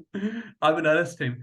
And he had a big sort of prison made on the head of the Krishna's throne, Krishna's seat, whatever the seat was. And his plan was he will just release that prison on top of Krishna, and Krishna will be captured, just like a small human being.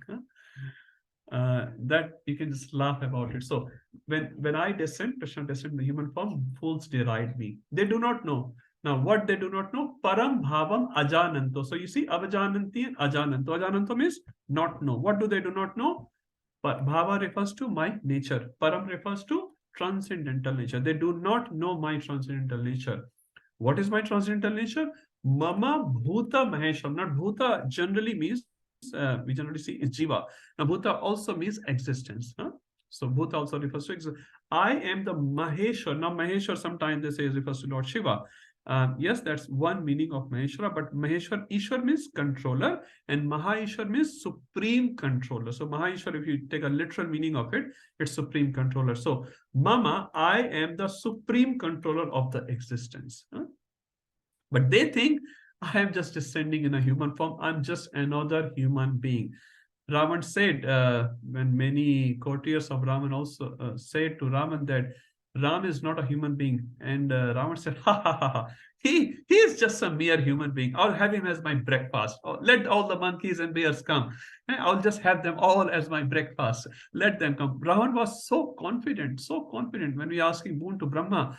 The only two things he did not ask in his list, that was monkeys and humans, because he was so confident. What is Machar will do to me? What is mosquitoes can do to me? I am Ravan. I am Ravan. And the same mosquitoes, in his definition, killed the whole dynasty of Ravan. So, Mama Bhuta Maheshwaram. I am the supreme controller of this whole existence. This Param Bhavam, this supreme nature of mine, transcendental nature of mine, Ajananto, they do not know. And they ridicule at me. They deride me. So, it's talking about Mayavadi's. What is Krishna's opinion of Mayavad? You can say 9.11 is Krishna's opinion of Mayavad. Krishna's calling them on their face, Mudha. Okay. And what is their destination? Let's read. As per Krishna, 9.12. This is not an interpretation of a Swami. It's the interpretation of Krishna. 9.12. And Charu Mataji, would you like to read? Hare Krishna, Prabhu. Sure. मोघासमोघ कर्माणो मोघ ज्ञान विचेतसः राक्षसीम् आसुरीं चैव प्रकृतिं मोहिनीं श्रिताः. Translation: Those who are thus bewildered are attracted by demoniac and atheistic views. In that deluded condition, their hopes for liberation, their fruitive activities, and their culture of knowledge are all defeated. Thank you. Hare Krishna. So, Mogha Asha. So, this Mogha word is used again and again in this verse. You can see 1, 2, 3 times. Mogha Asha, Mogha Karmana, Mogha Jnana. So, what is Mogha refers to? Baffled. Prabhupada says, baffled in their hopes, which is Mogha Asha. Asha is hope. Moga karmana, baffled in the fruitive activities, whatever karmas they do, activities they do, and moga jnana, baffled in the knowledge. So these three words are very important. So everyone is doing in the material world some activity for some asha. They have some hope, isn't it? You go to the work, you have some hope. What's the hope you have? You'll get some payment at the end of the day. In Hindi, they call it dihadi. Yeah? There are many contractors here. They understand it better. You can't take a sick leave. So, asha. We all live on that asha. Hindi mein se na, asha amar hai. That my this project failed, that project failed, but other project will definitely be successful. It says Hiranyakashipu failed, Ravan failed, Hitler failed, but we, very insignificant human being, we think we will never fail. When Yudhishthira was asked by Yaksha Prashna, Yaksha asked 100% to Yudhishthira, what's the biggest surprise in the material world? Anyone remembers? What's the answer of Yudhishthira Maharaj? Very beautiful words. I think he said people is dying and still they don't see. Ahani ahani bhutani gachanti yamalayam. Ahani ahani, again and again, I see. Everyone sees. Gachanti yam alay, vidyalay, rasalay. So alay, there's also alay there. Yam alay, that's alay of yama. Everyone is going to yam loka. Everyone is going to yam loka. Sheshavar isthani bhutani. Sheshavar, jo shesh hain, the remaining ones like us, we are still talking, so that means we are still in the body. Sheshavar isthavar. They think they will be isthavar. They will never go. We go and attend a funeral party, you know. I'm calling it party here. They call it party because they have snacks. They come in suit, boot. Even the funeral, they hire suit to go to a funeral. So when they go, they don't realize anything. They just come back blank mind. Viraj Prabhu was saying in one of the classes, we should attend more funerals than marriages. We like to go to marriage with nice suit, boot, and whatever best dresses we have. Look good, speak good. So all good, but that's not complete good. When you go to funeral, you get some, you should be at least getting, especially in India, when you go, it's very nice. It's very nice the way they do the whole thing. And it makes you realize the whole 13-day ceremony in the house. It's a bit of experience, which tells you the good of this life is not good enough. This is what the end is going to be. So asha. But Krishna is saying all their asha can be in which two directions? Fruitive activities. They are karma yogis, for example. They have some asha. Or they can be jnana yogis, moga jnana, baffled in the jnana. And they have asha. What asha they have? I will make advancement. We all have that asha. I'll make advancement in terms of money, in terms of knowledge, in terms of our so-called influence, whatever. We all have asha. They also have asha. But Krishna is saying, moga asha. Sorry to say, pani dal do. Whatever ashas you have, upar se pani dal do. You're just putting water on that little fire, which you think you have a big of them.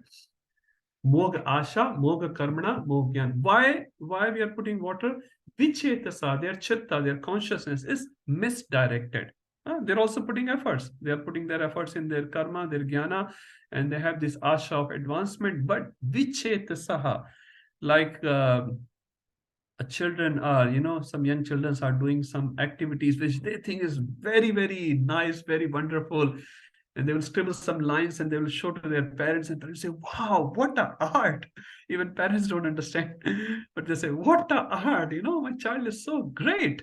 You encourage the child, but actually what is being done? It's nothing. It's just zero. It's just zero.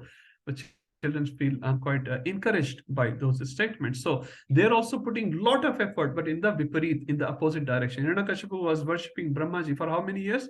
36,000 celestial years. Some say even 60,000, whatever. Lot of time. And Dhruv Maharaj worshipping Vishnu for 6 months, getting an eternal benefit. Hiranyakashipu gets a benefit for 5 years.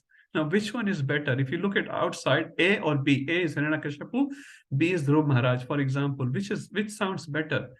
B only works for 6 months, very hard, but 6 months works hard, get eternal benefit on the lotus feet of Vishnu.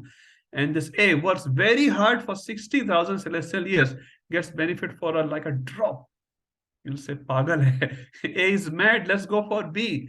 B is the best option. B is the best option. It's hard as well. It's not easy, it's hard. The hardness is, in comparison to A, is very easy. But tasyaham sulabha partha, nitya yuktasya yogina. Sulabha, I am sulabha. I'm not readily available on the street. You come and catch me.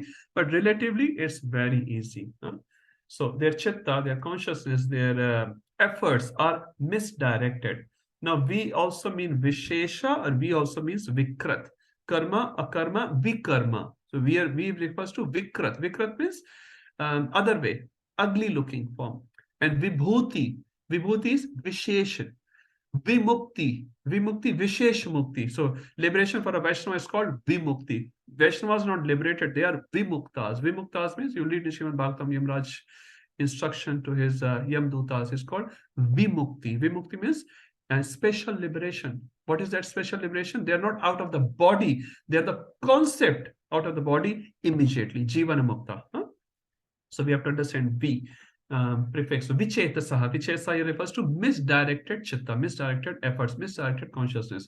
And how they are misdirected? Rakshasim asurim chaiva.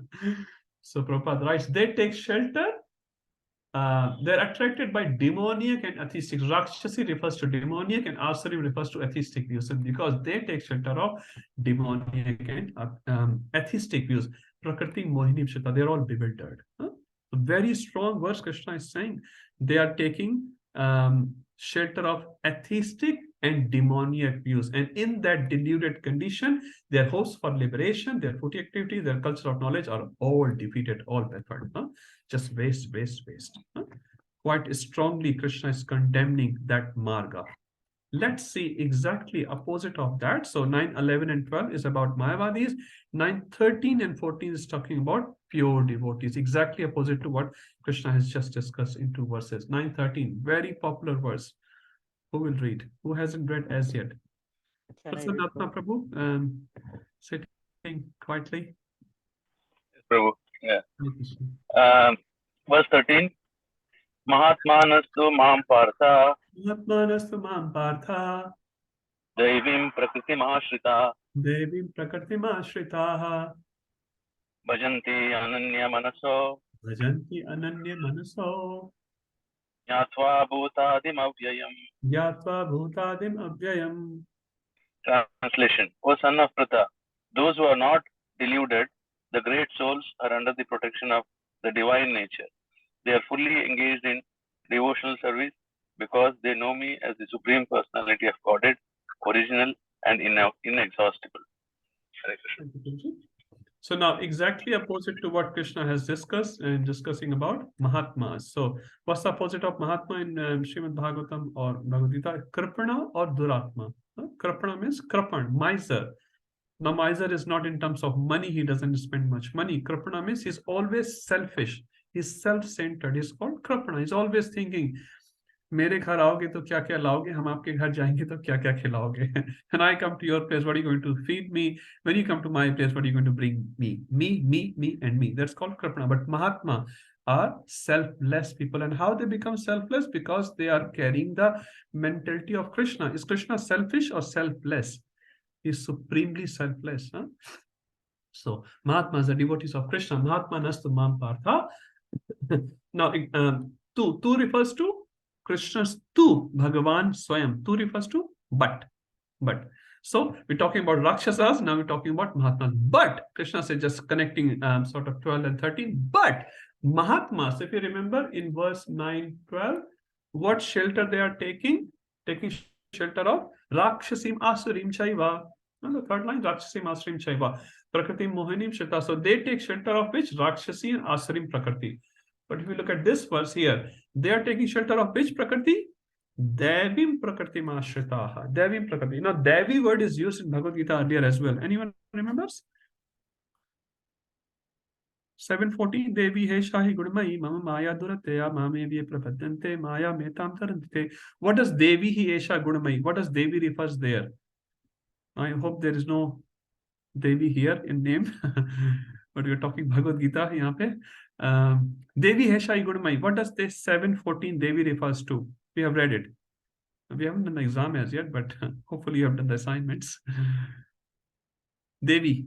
Divine, external energy of the Lord. Exactly. External energy is divine, but it is external, referring to external energy of a Lord. And Krishna is saying, Mama Maya Duratya. That is my Maya.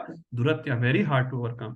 But here, exactly opposite, Krishna is using the same word, Devim Prakriti. Now, Bhaktivinoda Thakur explains here Maya is only one.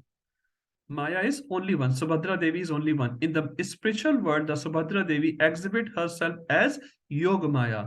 And in the material world, the same energy of Krishna in the material world exhibit herself as Mahamaya. So same. And Prabhupada gives, for example, electricity is same.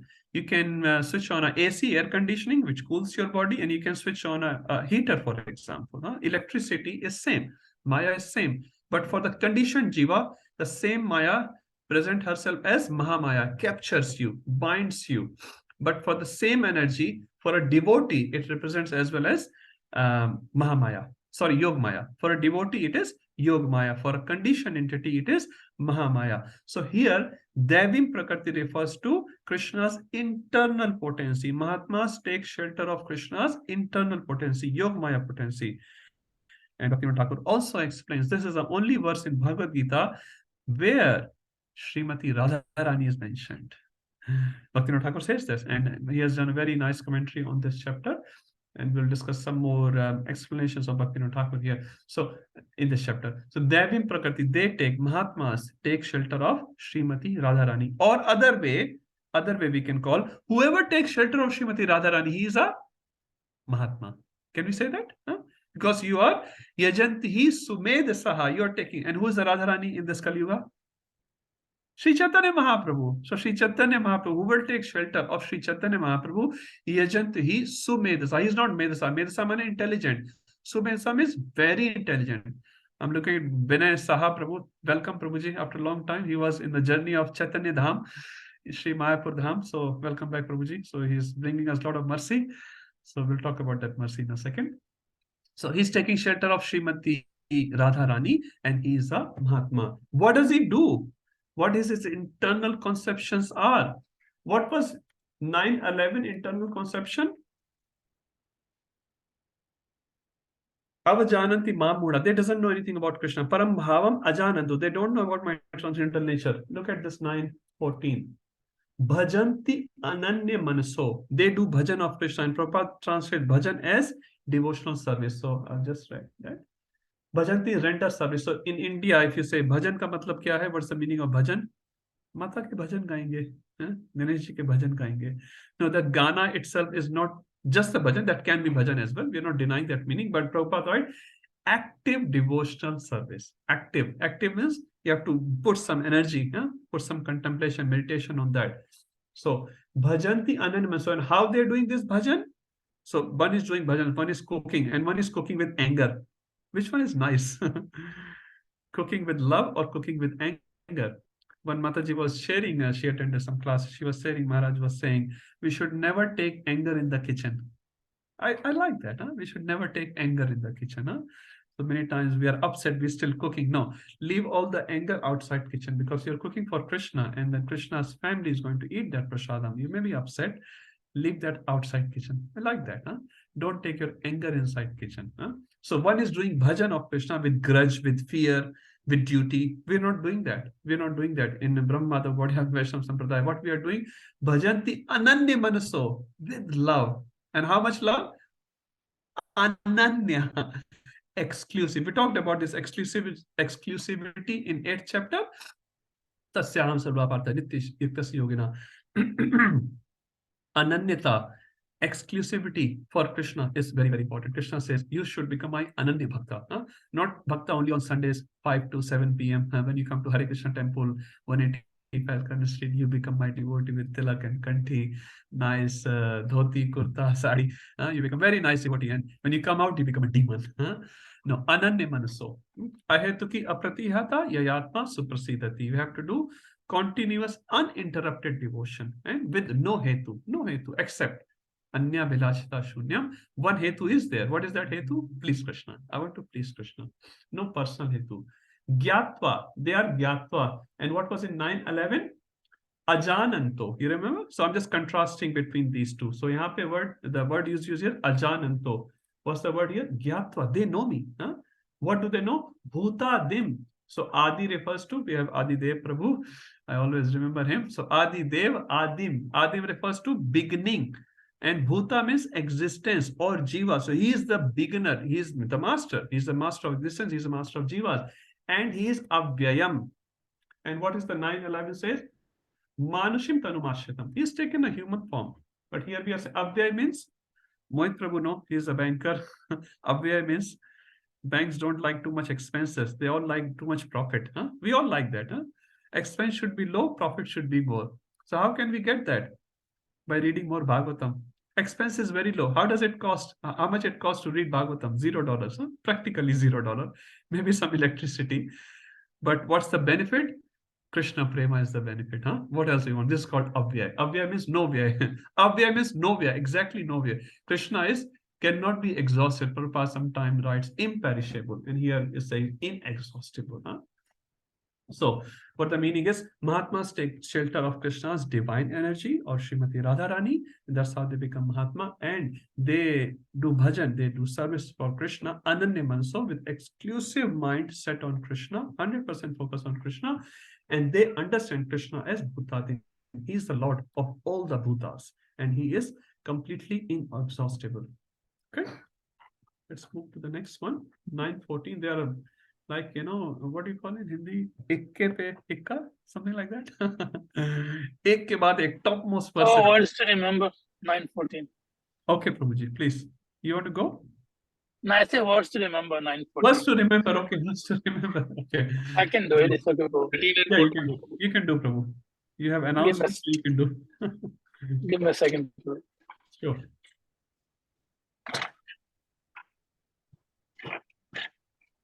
Satatam kirtayanto mam. Satatam kirtayanto mam. Yatantascha dridavrata. Yatantascha dridavrataha. Namashantascha mam bhaktya. Namashantascha mam bhaktya. Nitya yukta upasate. Nitya yukta upasate. Always chanting my glories, endeavoring with great determination, bowing down before me. These great souls perpetually worship me with devotion. Thank you, Prabhuji. This is another, as Prabhuji said, a key verse to remember, and also very popular verse, very nice verse, 9:14. Satatam kirtayanto mam. So satatam, we all understand, continuously kirtayanto mam. Kirtan. Now, what does kirtan mean? Kirtan means glorifying Krishna. Now, that can be in the form of kirtan or katha. Now, right now, we are also doing kirtan of Krishna. Kirtan word comes from kirti. So kirti means fame. Whatever describes the fame of Krishna, it can be a Vaishnava bhajan, it can be Mahamantra, or it can be katha of Krishna. Satatam kirtayanto mam. And they're doing kirtan of what? Mam. Now we all do kirtan. In Narad Muni in 1.5 talking to Vyasadev, and is comparing swans with crows. Crows also sit, but where do the crows sit? In the garbage. And where do the swans sit? In a very nice, pure place, healthy place. Huh? So crows are also doing vartalap. Is it correct or not?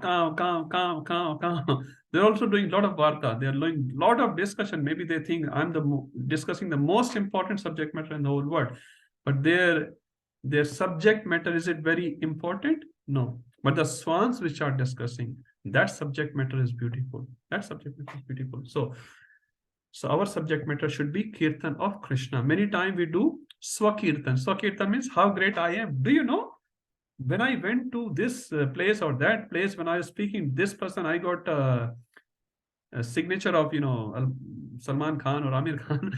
And this is swakatha. Or we do parkatha. You know how bad this person is. But what we should be doing, Krishna katha. Not swakatha, not parkatha. We should do Krishna katha. Huh? So, Satitam kirtayanto mam. Mam here refers to not me, Krishna. Huh? Krishna is saying that.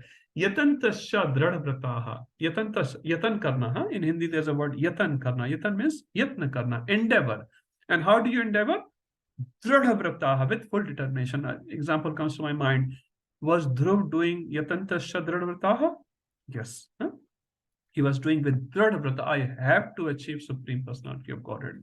And he told to Narad Muni, whatever it takes, I will do. That's called dradvrata. Another example comes to my mind.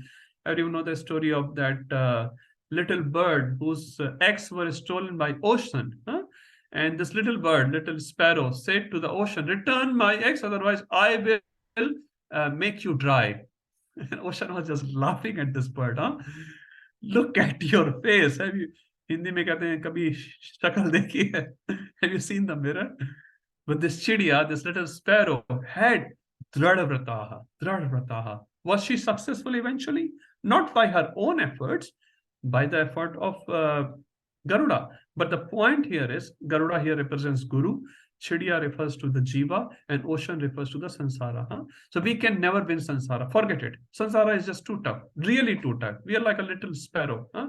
Maya can do anything to us. But when we take shelter of Guru, Guru has Shakti. Huh? Guru is Garuda. Garuda has Shakti to defeat Sansara. We don't have Shakti. One tsunami, you know, what is this tsunami? It's just a very, very minute part of the whole ocean. Huh? If you take the whole ocean in the tsunami water, how much will be the tsunami water? I don't know, 0.01% or something. But that 0.01% was enough to annihilate, 100,000 people or something like that. Huh? So what can we do in front of this sansara? Mama Maya Duratyaya. But when we take shelter of Krishna, when we call the owner, dog is barking, barking, barking, we are calling the owner. Huh? So Dradvrata here refers to what? Taking shelter of Krishna with Dradvrata, not fighting back with the material world. That's not Dradvrata. No, you fight back, you fight back, you fight back. No. Dradvrata here refers to Dradvrata in doing bhajan of Krishna. Tesham satadiktanam bhajatam priti purakam dadami buddhiyogam tam yena mamupyantite. What else they do? They do bhajan of Krishna with Dradvrata, Kirtan of Krishna, Namasyanta Shamam Bhaktya. They do me Namaskar. Is Namaskar a bhakti or no? Padma Puran says, I've heard this in one of the classes somewhere. When you do one Dandvat Pranam to Krishna, and for Mataji's Panchang Pranam, it's fine, same thing. When you do one Pranam in front of an installed Vishnu Muti, Krishna deity, all your sinful reactions for past unlimited life gets washed away. One Dandvat Pranam. Can you imagine? Padma Puran is saying this. Huh? Now imagine when you go to the temple, our temple, Hare Krishna temple, how many Dandavats you do just in one entry. Then you come out, you do Dandavats again. So much power is being put by Prabhupada in just one simple thing when we go. Our kids also do it. They don't know any theory, they don't know anything, but they also following it. But they are the soul, they're getting benefit of it. Huh? So Pranam has so much. Nama Sankirtana Yasya Sarva Papa Pranashanam. Pranamo Dukha Shamnash. So what is the conclusion of whole Srimad Bhagavatam? Two conclusions are there, Nam and Pranam. Lord Shiva says to Parvati Mata, I don't do anything for Krishna. I just chant Ram Nam and do the Pranam. This is what Lord Shiva is saying. And what we say, I'm a very senior, great devotee. Lord Shiva is saying, I can only do two things. I can chant Ram Nam and I can do Pranam to Sri Ram. But we think we are great. It says in Kali Yuga, two things are, especially one thing is very popular. When Hanumanji went to Lanka, he made a very small rupa. He went to Lanka with a very small form, and he did big activities by having a small form. In Kali Yuga, we have big form, but no activity. I am great. I'm the CEO of this company. I have this many wealth. I have this much. I know this and that. We make big form. Internal is zero. Lot of lust, greed, anger, moha is all there inside. Ocean of it is there. So we should be very humble, very, very humble. Hanumanji was very humble. When Hanumanji went to Mother Sita in Ashok Vatika and he met with the Mata, and Mata sort of laughed at Hanuman's form, initial form. He said, oh, you are a little monkey. What you will be able to do? Then Hanuman assumed a big form and showed to Mother Sita. Mother Sita was impressed. And then Hanuman said to Mother Sita, Mother, I am the tiniest monkey in the army of the monkeys of Lord Ram. I am the tiniest monkey. So Hanuman was thinking himself as the tiniest monkey. He didn't say, my mother, I was the only one who could cross the ocean. No other could do it. Angad couldn't do it. Jaman couldn't do it. Nal, Neel, no, all the big ones, they couldn't. I did it. Hanuman is saying, Mother, I am the tiniest monkey in the whole army of Lord Ram's monkey army. That is what his internals are. So when we have this internal, then we can do a lot of big things. Otherwise, if we want to be big, hardly we can achieve anything. In Hindi, there's a saying, Laguta se prabhuta mile, prabhuta se prabhudur. When you are laghu, when you are small, when you think you are humble, you can do actually a lot of, you can achieve the grace, the mercy of the Lord.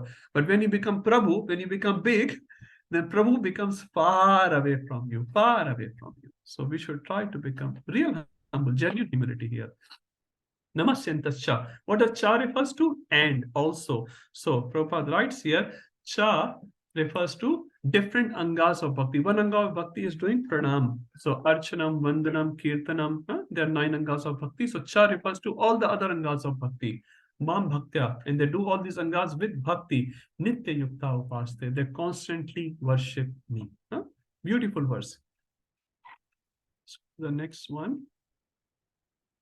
9:15. Now, what 2 categories we have read in this section here so far? 9:11, 9:12 is a couplet of who are extremely anti-devotees. Mayavadis, right? What's the couplet of 13 and 14? Bhaktas. Pure devotees, right? Now, not everyone will be pure devotee, not everyone will be pure Mayavadi. There's a spectrum of people who stand in the middle of these two, right? Like 180 degrees. Look at 9:11 and 9:13, but the people in between, what those people are and what do they think about Krishna, that we will study in 9:15. Now 9:15 is the verse which will become the basis of subsequent chapters of Bhagavad Gita, and we'll see how. Who will read? Vinay Prabhu, we haven't heard you for so long. Hare Krishna Prabhu. Hare Krishna. Jnana Jagyena Chayapi Anye Jnana Yagyene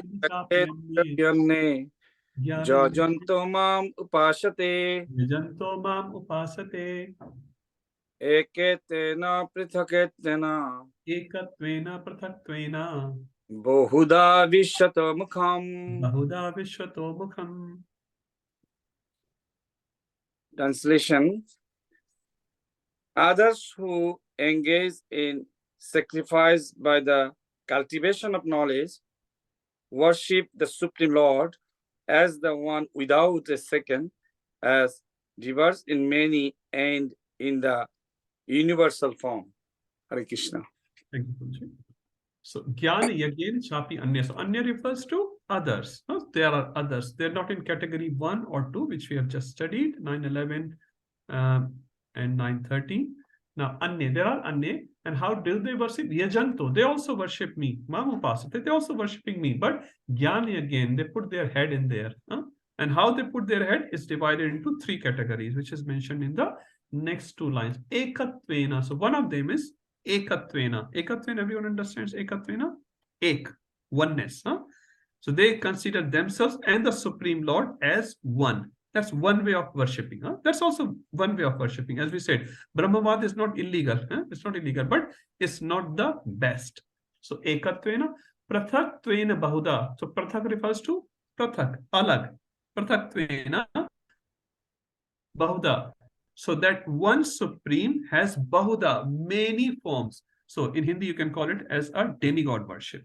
So there's absolute truth, and it's been divided into different many beings which sort of look after this universe. And that's why you see many times in India, they consider, oh, you're a Krishna devotee, I'm a Ganesh devotee. They don't consider Krishna is bigger or Ganesh is smaller. Oh, you're a devotee, I'm also a devotee. And I worship Durgaji, I worship Shivji. And there's also called Panchopasana. Surya is also similar. So there are 5 demigods, they take it together, including Krishna. And they say they're all same. You can worship anyone and achieve the supreme destination. That's what they say. It doesn't mean it's correct, but that's what is one of the opinions of a group of people. So Prathatvena Bahuda refers to many. So many refers to here demigods. So one supreme person has been divided into many, who is also supreme. Some people consider that. And the last category here is Vishwato Mukham. Vishwato Mukham refers to his Mukha is Vishwa. So he's talking about Vishwarupa, which we'll study later in the 10th and 11th chapter, Vibhuti Yoga later. So these 3 categories are described in this particular verse, which is not pure devotees, not pure Mayavadis. They stand in the middle. What are the 3 categories? Ekatvena, which is oneness concept. Prathatvena Bahuda, demigod worshippers, and Vishwato Mukham. The whole universe, they connect with the Supreme. Now, what we're going to read 16 to 19, 4 verses which relate to Vishwato Mukham. Ekatven will read in 12th chapter, and Prathaktven Bahuda, which is the demigod worship, will read from 20 to 28 in this chapter. Okay. And obviously the last section will be glorifying the potency of pure devotion in the last section. So now we're going to read 16 to 19. Vishwato Mukham, how they connect Vishwa, universe, with the Supreme. Now, this is not the recommendation of Krishna. This Krishna is saying, no, this also exists. 9:16. Jai Prakash Prabhuji. Hare Krishna Prabhu. Hare Krishna. Aham kratur aham yagnaha. Aham kratur aham yagya. Swadhanam aham aushadam. Swadaham aham aushadam. Mantroham aham evajyam. Mantroham aham evajyam. Aham agnir aham hutam. Aham agvir aham hutam. But it is that who It is I. Sorry. I who am the ritual, I am the sacrifice, the offering of the offering to the ancestors, the healing herb, the transcendental chant. I am the butter and the fire and the offering. Thank you so much. Thank you, Prabhuji. So aham obviously refers to Krishna, is talking in which form? Vishwato Mukham. So please remember, we are talking how these people, group of people, consider Krishna connected. I should call not Krishna, is absolute truth, connected in different parts of the material world, in the material universe. Aham kratur. So kratu refers to sacrifice. Now, if you remember famous Srimad Bhagavatam, Krite yadhyayate Vishnu Treta yamijito makhaihe. Krite refers to Krita Yuga or Sat Yuga. So here Krita Prabhupada writes as Vedic ritual. And Aham Yagya. Yagya Prabhupada writes Smriti sacrifice. So it's also called Puranic sacrifice. So Vedic sacrifice and Puranic sacrifice. Don't ask me the differences with example. I personally don't know, but that's what it is. So Yagya Kratu refers to Vedic rituals, and Yagya here refers to Smriti sacrifice. So the sacrifices which are recommended in Smriti Puran.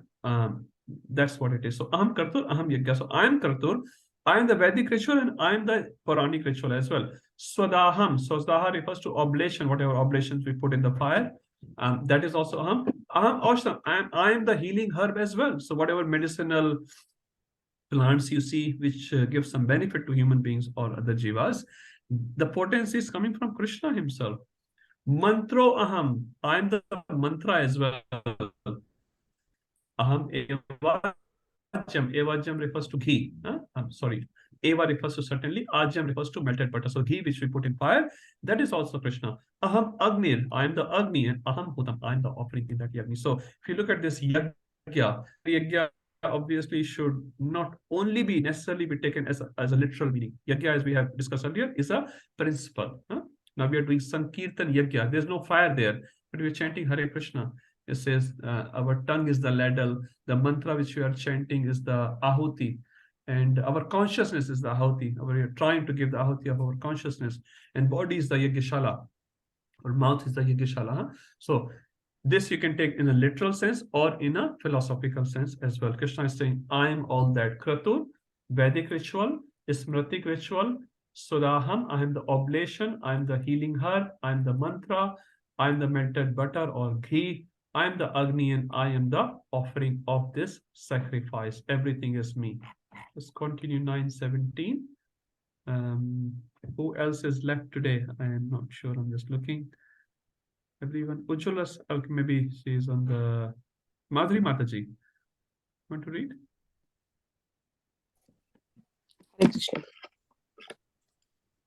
Pitaham asya jagato. Pitaham asya jagato. Mata data pitamaha. Mata dhata pitamaha. Vedyam pavitram omkara. Vedyam pavitram omkara. Rik sama yajur evacha. Rik sam yajur evacha. Translation. I am the father of this universe, the mother, the support, and the grandsire. I am the object of knowledge, the purifier, and the syllable Om. I am also the Rig, the Sama, and the Yajurvedas. So again, you can see the same thoughts are going forward. What are we? Which subsection we are in? Vishwato Mukham. How these people connect Krishna in different parts of this Vishwa, and they see Krishna there. How they say Pita Aham. So Krishna is saying, I'm the Pita. Asya Jagato is Jagat ka. Now for this Jagat, I'm the Pita. What does Pita do in our family? What's the role of Pita in general? I'm talking, don't distinguish between modern. Maintain the house. Maintain the house, huh? He maintains Family, the whole house. He leads in everything. So who's that in this Jagat? Pita is Krishna. Mata, what does Mata do? What does Mata do? There are many Matas here and Pitas as well. What is the main role in again talking in Vedic terms here, not in modern terms. In modern terms, it's very difficult to define anyone's role. Everyone's role Follow is husband. Follow husband. Pita. Mohit In a Vedic term. internal desires coming out. Nourish the house. The mother nourishes the house. Nourish the house, yes. Look after the family in a very loving and sweet way. So like it says, Pita gets all the facilities and mother puts all the facilities together for the benefit of the family. Huh? So that's the role. So Pita goes outside. I think Amrendra Prabhu was saying in one class very, very nicely, in a very general terms, Pita goes out and fights all the battle outside and mother fights the battle inside. Huh? Now, don't take it in other sense. A battle inside, but there may be inconveniences in the house, but mother overcomes all that and puts nice facility for the husband and the family, so they can have good, sweet interaction with each other. Huh? So that's what Amrendra Prabhu said in a very sweet way. Huh? So we both fighting out or in so that we can have a nice house. Rather, when Maharaj says east or the best, home is the best. Huh? So we should feel at least. Maharaj also said, we should feel comfort when we enter into the house. Huh? This is how the house should be. Not we feel discomfort when the thought comes, oh, I have to go back home again. So that's called a house. So Mata is a very, very important role. And Krishna is saying, I am that Dhata, I am the sustainer, supporter. Prabhupada writes here as supporter. There are many people which we take support of to run the whole family. Prabhupada also says in one place somewhere, he says, running a family is difficult than running a whole kingdom. So many challenges are there. So many challenges are there. Mata, Dhata, Pitama. Pitama refers to Pita ka Pita. Grandsire, Prabhupada writes here, grandfather. Vedyam Pavitram Omkara, out of all the Vedas, Pranava Sarva Vedesh, if you remember from the 7th chapter, Krishna says, Matta Partram Nanit, no, Rasoham Apsukonteya, Prabhasi Shashurya, Pranava Sarva Vedeshu, Shabda Ke Paurusham Rishu. So Krishna says, Pranava Sarva Vedeshu, same thing Krishna is saying. Vedyam Pavitram Omkara, I am the Omkara amongst all the Vedas. Rik Sam Yajur Evacha, I am the 3 Vedas. We'll talk about these 3 Vedas in a minute. So I'm the Rik Veda, Sam Veda, Yajur Veda. It says Atharva Veda came later. So that's not been put here. That's why Krishna is many times called Trividya. Trividya refers to Vidya of 3 Vedas, 3 Vedas, 3 Vedas. 9:18. Anyone? मैं करती हूँ. गतिर्भर्ता प्रभु साक्षी. Sakshi. निवसः शरणं सुहृत्. Nivasah Sharanam Suhrit. प्रभवा प्रलयस्थानं. Prabhava Pralayah Sthanam. निधानं बीजमव्ययम्. Nidhanam Bijam Avyayam. I am the goal, the sustainer, the master, the witness, the abode, the refuge, and the most dear friend. I am the creation and the annihilation, the basis of everything, the resting place and the eternal field. Thank you, Mataji. So Gatir Bharta. So what does Gati refers to? Anyone remembers? There's a famous verse. Supreme destination. Huh? Supreme destination. Supreme. Thank you, Mataji. So Gati refers to speed. Also Gati refers to destination. Hare Nam, Hare Nam, Hare Nam, Eva Kevalam, Kalau, Nastev, Nastev, Nastev, Gatir, Anitha. So Gati refers to not Gati speed. Gati refers to the destination. So Gatir Bharta. So I am that Gati, the goal. Prabhupada writes here the goal. Huh? Gatir Bharta. Bharta refers to, again, sustainer, maintainer. Huh? So Gatir Bharta, Prabhu Sakshi. Sakshi refers to witness. I am that eternal witness. How Krishna is witnessing? Because he is sitting in your heart, in everyone's heart, as Paramatma. He is Sakshi, witness of everything. Nivasa. Nivas mane abode. Huh? We talk about in India, Sudama Nivas, Krishna Nivas. Huh? People used to title their name Nivas or Sadan, they call it. Nivasa. Sharanam Suhrat. Sharanam means I am the one who can give shelter, and I'm the Suhrat. Any other verse of Bhagavad Gita which has this word Suhrat? Everyone knows that one? Suhridam Sarva Bhuta. Thank you. What's the number? 529. Thank you. Suhridam Sarva Bhutanam. So Krishna is repeating that I am Suhrat. What does Suhrat mean? Anyone? Suhrat. जो हृदय को अच्छा लगे, हाँ? अच्छा लगे, हाँ? The well-wisher. The well-wisher, huh? The very, very close well-wisher. And we think our money is our well-wisher. If I have a lot of money, then I'm all right. I don't need you. Huh? Many times people reject relation over the money. Many times people do that. But money is not our Suhrat. Our relatives may not be Suhrat, but Krishna is our Suhrat because he is with you all the time. No matter what you do, it says there's nothing you can do which will disturb Krishna so much that he will leave your heart as super soul. Can you do something like that? Anyone here? He was sitting in the heart of Hiranyakashipu, in the Raman heart. When you even become a hog, he goes with you in the hog. He doesn't say, oh, it's so smelly here. Can you not be a hog? Can you choose some other body? He doesn't say that. Even in the hog's body, Krishna is there. When you become a worm in a stool, is Krishna there in the heart of that worm? He's still there. He doesn't say, oh my God, so much bad karma you have done. You have to become a worm in a stool. Krishna doesn't say that. Huh? He's the Suhrat. There's no one else. One Jayapataka, His Holiness Jayapataka Maharaj asked a question. So how many people love you? He asked this question in the class. Someone said, oh, 5 people love me. Some said, 11 loves me, this, that. And you know, Jayapataka Maharaj said, 0. No one loves you. Only one person loves you, which you are not counting in your list, is Krishna. Only Krishna loves you. Everyone else, sorry to say, is selfish. They love you because of selfish motives.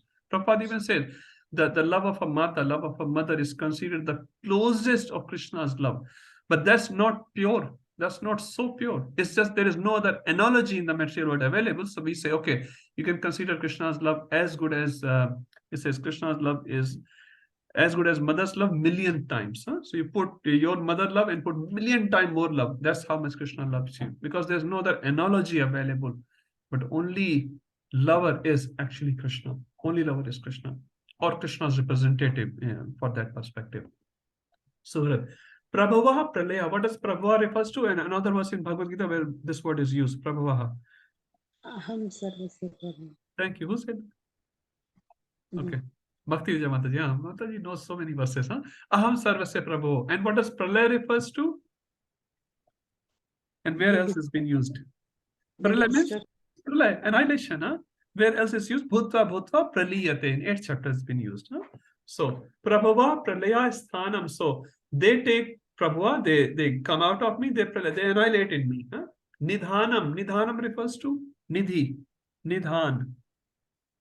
Again, taking shelter, resting place, Prabhupada writes. Bijam Avyay. I'm a Bija who is Avyay. Anyone remembers the 2 qualities of Krishna which we read as Bija in 7th chapter? Krishna is a Bija which can give form to unlimited varieties. Like here in the material world, mango seed give rise to only mango. Maybe, if you are successful. Karela seed will only give rise to Karela ped. But Krishna is a seed which can give rise to Karela, mango, pear, all good, bad, whatever you can, everything. And he is indestructible. Normally the beach gets destructed when the plant comes, but Krishna is indestructible. So he's saying, Bijam Abhyam. I'll just read Prabhupada's translation again. I am the goal, Gati, Bharta, sustainer, Prabhu Sakshi. So Prabhu is master, Sakshi is witness, Nivasa is the abode, Sharanam, refuge, Suhrat, the most dear friend. Prabhava Pralaya, I am the creation and the annihilation. Sthanam, Nidhanam, I am the basis of everything. Nidhanam is resting place. Bijam, I am the eternal seed. So this is under again Vishwatomukham. We'll just read one more verse and we'll stop because in the same section, 19 is the last one of this section. So who will take the glory of reading the last verse? Abhyan, maybe after 5 years. Abhyan's mother can read. If Abhyan allows. We'll try because he's shouting a lot. No problem. Tapami aham sarvam varsham Tapami aham varsham. Nigrhanami utrajami cha. Nigrahanami utrajami cha. Amritam chaiva mrityuscha. Amritam chaiva mrityuscha. Sad ashad chaham Arjuna. Sad asad chaham Arjuna. O Arjuna, I give heat and I withhold and send forth the rain. I am immortality and I am also death personified. Both spirit and matter are in me. Hare Krishna. Thank you, Abhiyan. He didn't shout at all. He understands that mother is reading, I should not shout. Okay, so tapami aham. So tapa refers to tap, heat. We all know tapami aham. So I give the heat. Aham varsham.